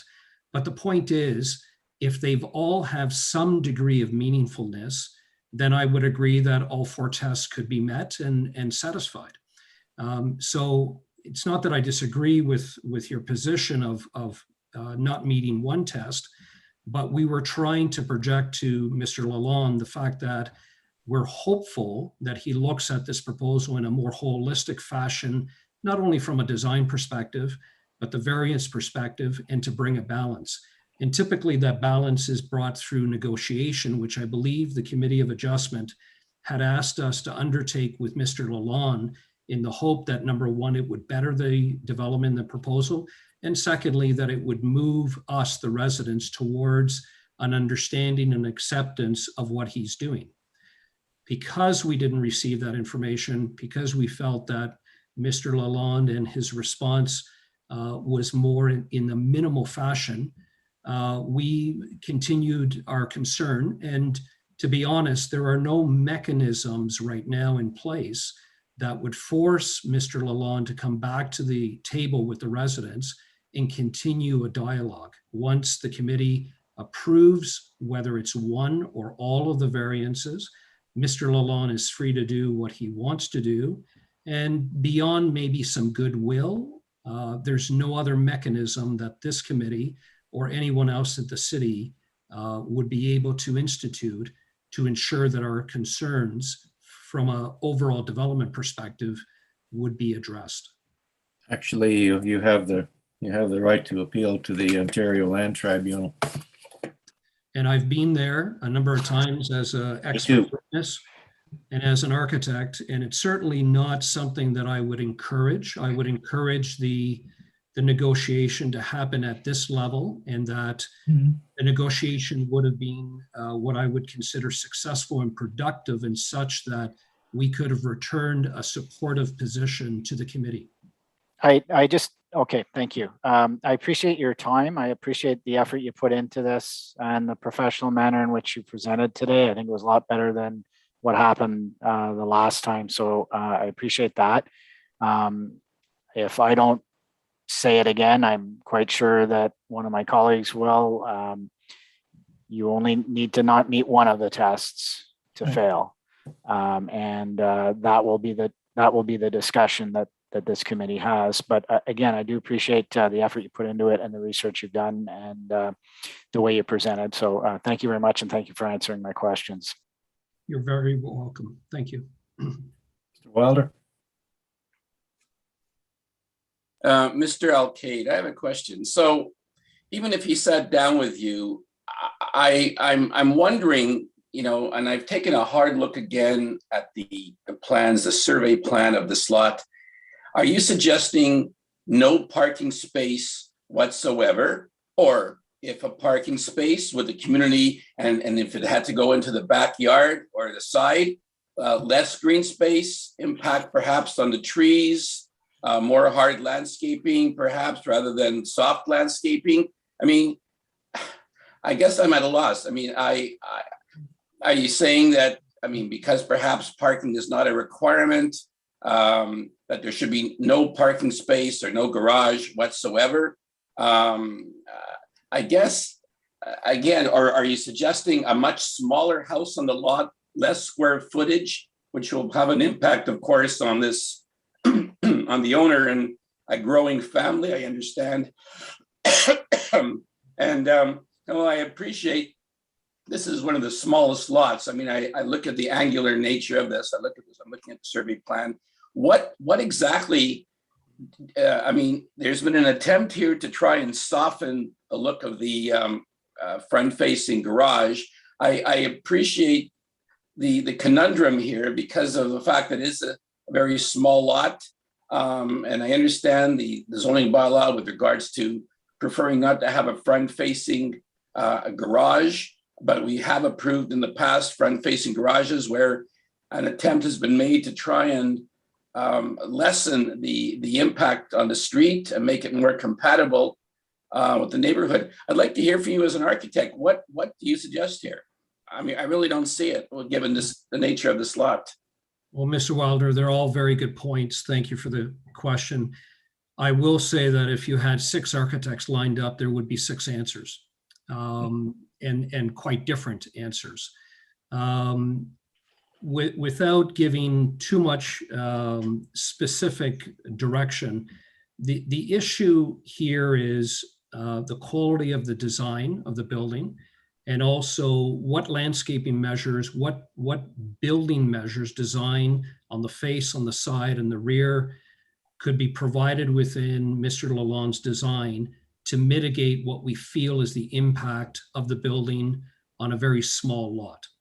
So different architects will take a different approach. They may do a very slender, narrow, longer building, slightly taller, obviously within the height of the zoning height, but with a flat structure and how would that impact the square footage? I mean, in other words, will any of these proposals lessen the interior, the square footage of the living space? But why is that a concern of the committee? I guess I'm just wondering. In fact, anything that you put forward, in fact, would probably implicate the overall size of the house on the property. Is that correct? Well, there would be some implication, and we're not suggesting to Mr. Lalonde that he's going to take his building or should take his building and cut the square footage by 50% down to a building that might not be livable for a family of 3 or 4, and something that becomes pointless for the size of the property. Right. But again, this comes down to the root issues of any planning policies, good planning, good design, as well as the protection of mature neighborhoods. When the mature neighborhood overlay policies came into effect, it was recognition that there should be no erosion or very little erosion of these mature neighborhoods in comparison to the other neighborhoods. If Mr. Lalonde was outside a mature neighborhood, most of our issues would go away, including the front-facing garage. So I don't have... Mr. LK, so in other words, obviously there's clearly opposition to the front-facing garage. Can it fit on the side or at the rear of the property and not impact the amount of green space that's being offered, or soft landscaping that's being offered to the community on this site? I think a separate garage at the rear, along with a drive aisle that goes to the rear. There's going to be a balance between the construction of an auxiliary building, such as a rear garage, and the remaining landscaping that one would then take up with an extended driveway. So yes, there were. Can we fit in that case? Can we fit 7 trees on the property in the in the scenario that you're providing? But I don't know. I haven't undergone the design review of it Right. in terms of coming up with a design. My job is not to do that. No, I understand. So I appreciate where your questions are coming from, and again, I understand. I'd like to project. We want to work with Mr. Lalonde. When we prior to receiving his response, the first thing we were going to ask the committee was for an additional adjournment to give Mr. Lalonde sufficient opportunity and time to try to address our concerns so that we would find a middle ground. But we were compelled, based on his response and the lack of information, at least what we requested, that we would still have continued concerns, and that's why we're here today. Okay. So you're suggesting what would be ultimately, without the front-facing garage, a complete redesign of the site plan and possibly obviously the structure as well, I imagine so. Well, I understand where you're coming from. Yeah, since you framed the question of what would I do as an architect, I would have presented options. And I would have said, what would those options be? And which option best suits not only the site, the design, as well as the mature neighborhood and official plan. And that's what we do as architects. We wouldn't be coming to you with the worst design, well, coming to you with alternatives. What you're saying is, one of my first points to Mr. Lalonde was, it would have been nice to have seen, what the impact would have been if in fact one was to put the parking on the side, or in fact came in from the rear, and ultimately there's still a requirement for the 7 trees, and how that could actually work with rear parking, as I see the trees laid out at the rear and 3 in the front. That would have implications because it's a very narrow lot. Anyway, I thank you, Mr. Alcade, for your thoughts. Thank you. You're welcome. Thank you. Mr. Lalonde, committee assumes that what we've been presented with is still what you would like to build on the site, even after hearing everything from your neighbors, that there is no reconsideration of a design change. Thank you, Chair. We've explored design options, and ultimately, what we're proposing is 2,300 square feet. Alternative parking options for us does shrink the home. It shrinks our green space, and ultimately, it's just not somewhere we would like to live. We're trying to build our forever home, and that would include an attached garage, or at least some sort of garage space. And I don't think we can accommodate the size of our home. I appreciate their design concerns. Unfortunately, this is a design we do like, and that's all I can do with that. Well, that's fine. And we shall, any other comments from the members of the committee? I think we'll leave it at that. The committee is going to reserve its decision on this application, and you will hear from us in 10 days. Thank you very much for your presentations, and good afternoon. And that concludes the agenda of the committee for the 1st of September 2021. So this hearing is now officially over. Thank you very much, ladies and gentlemen.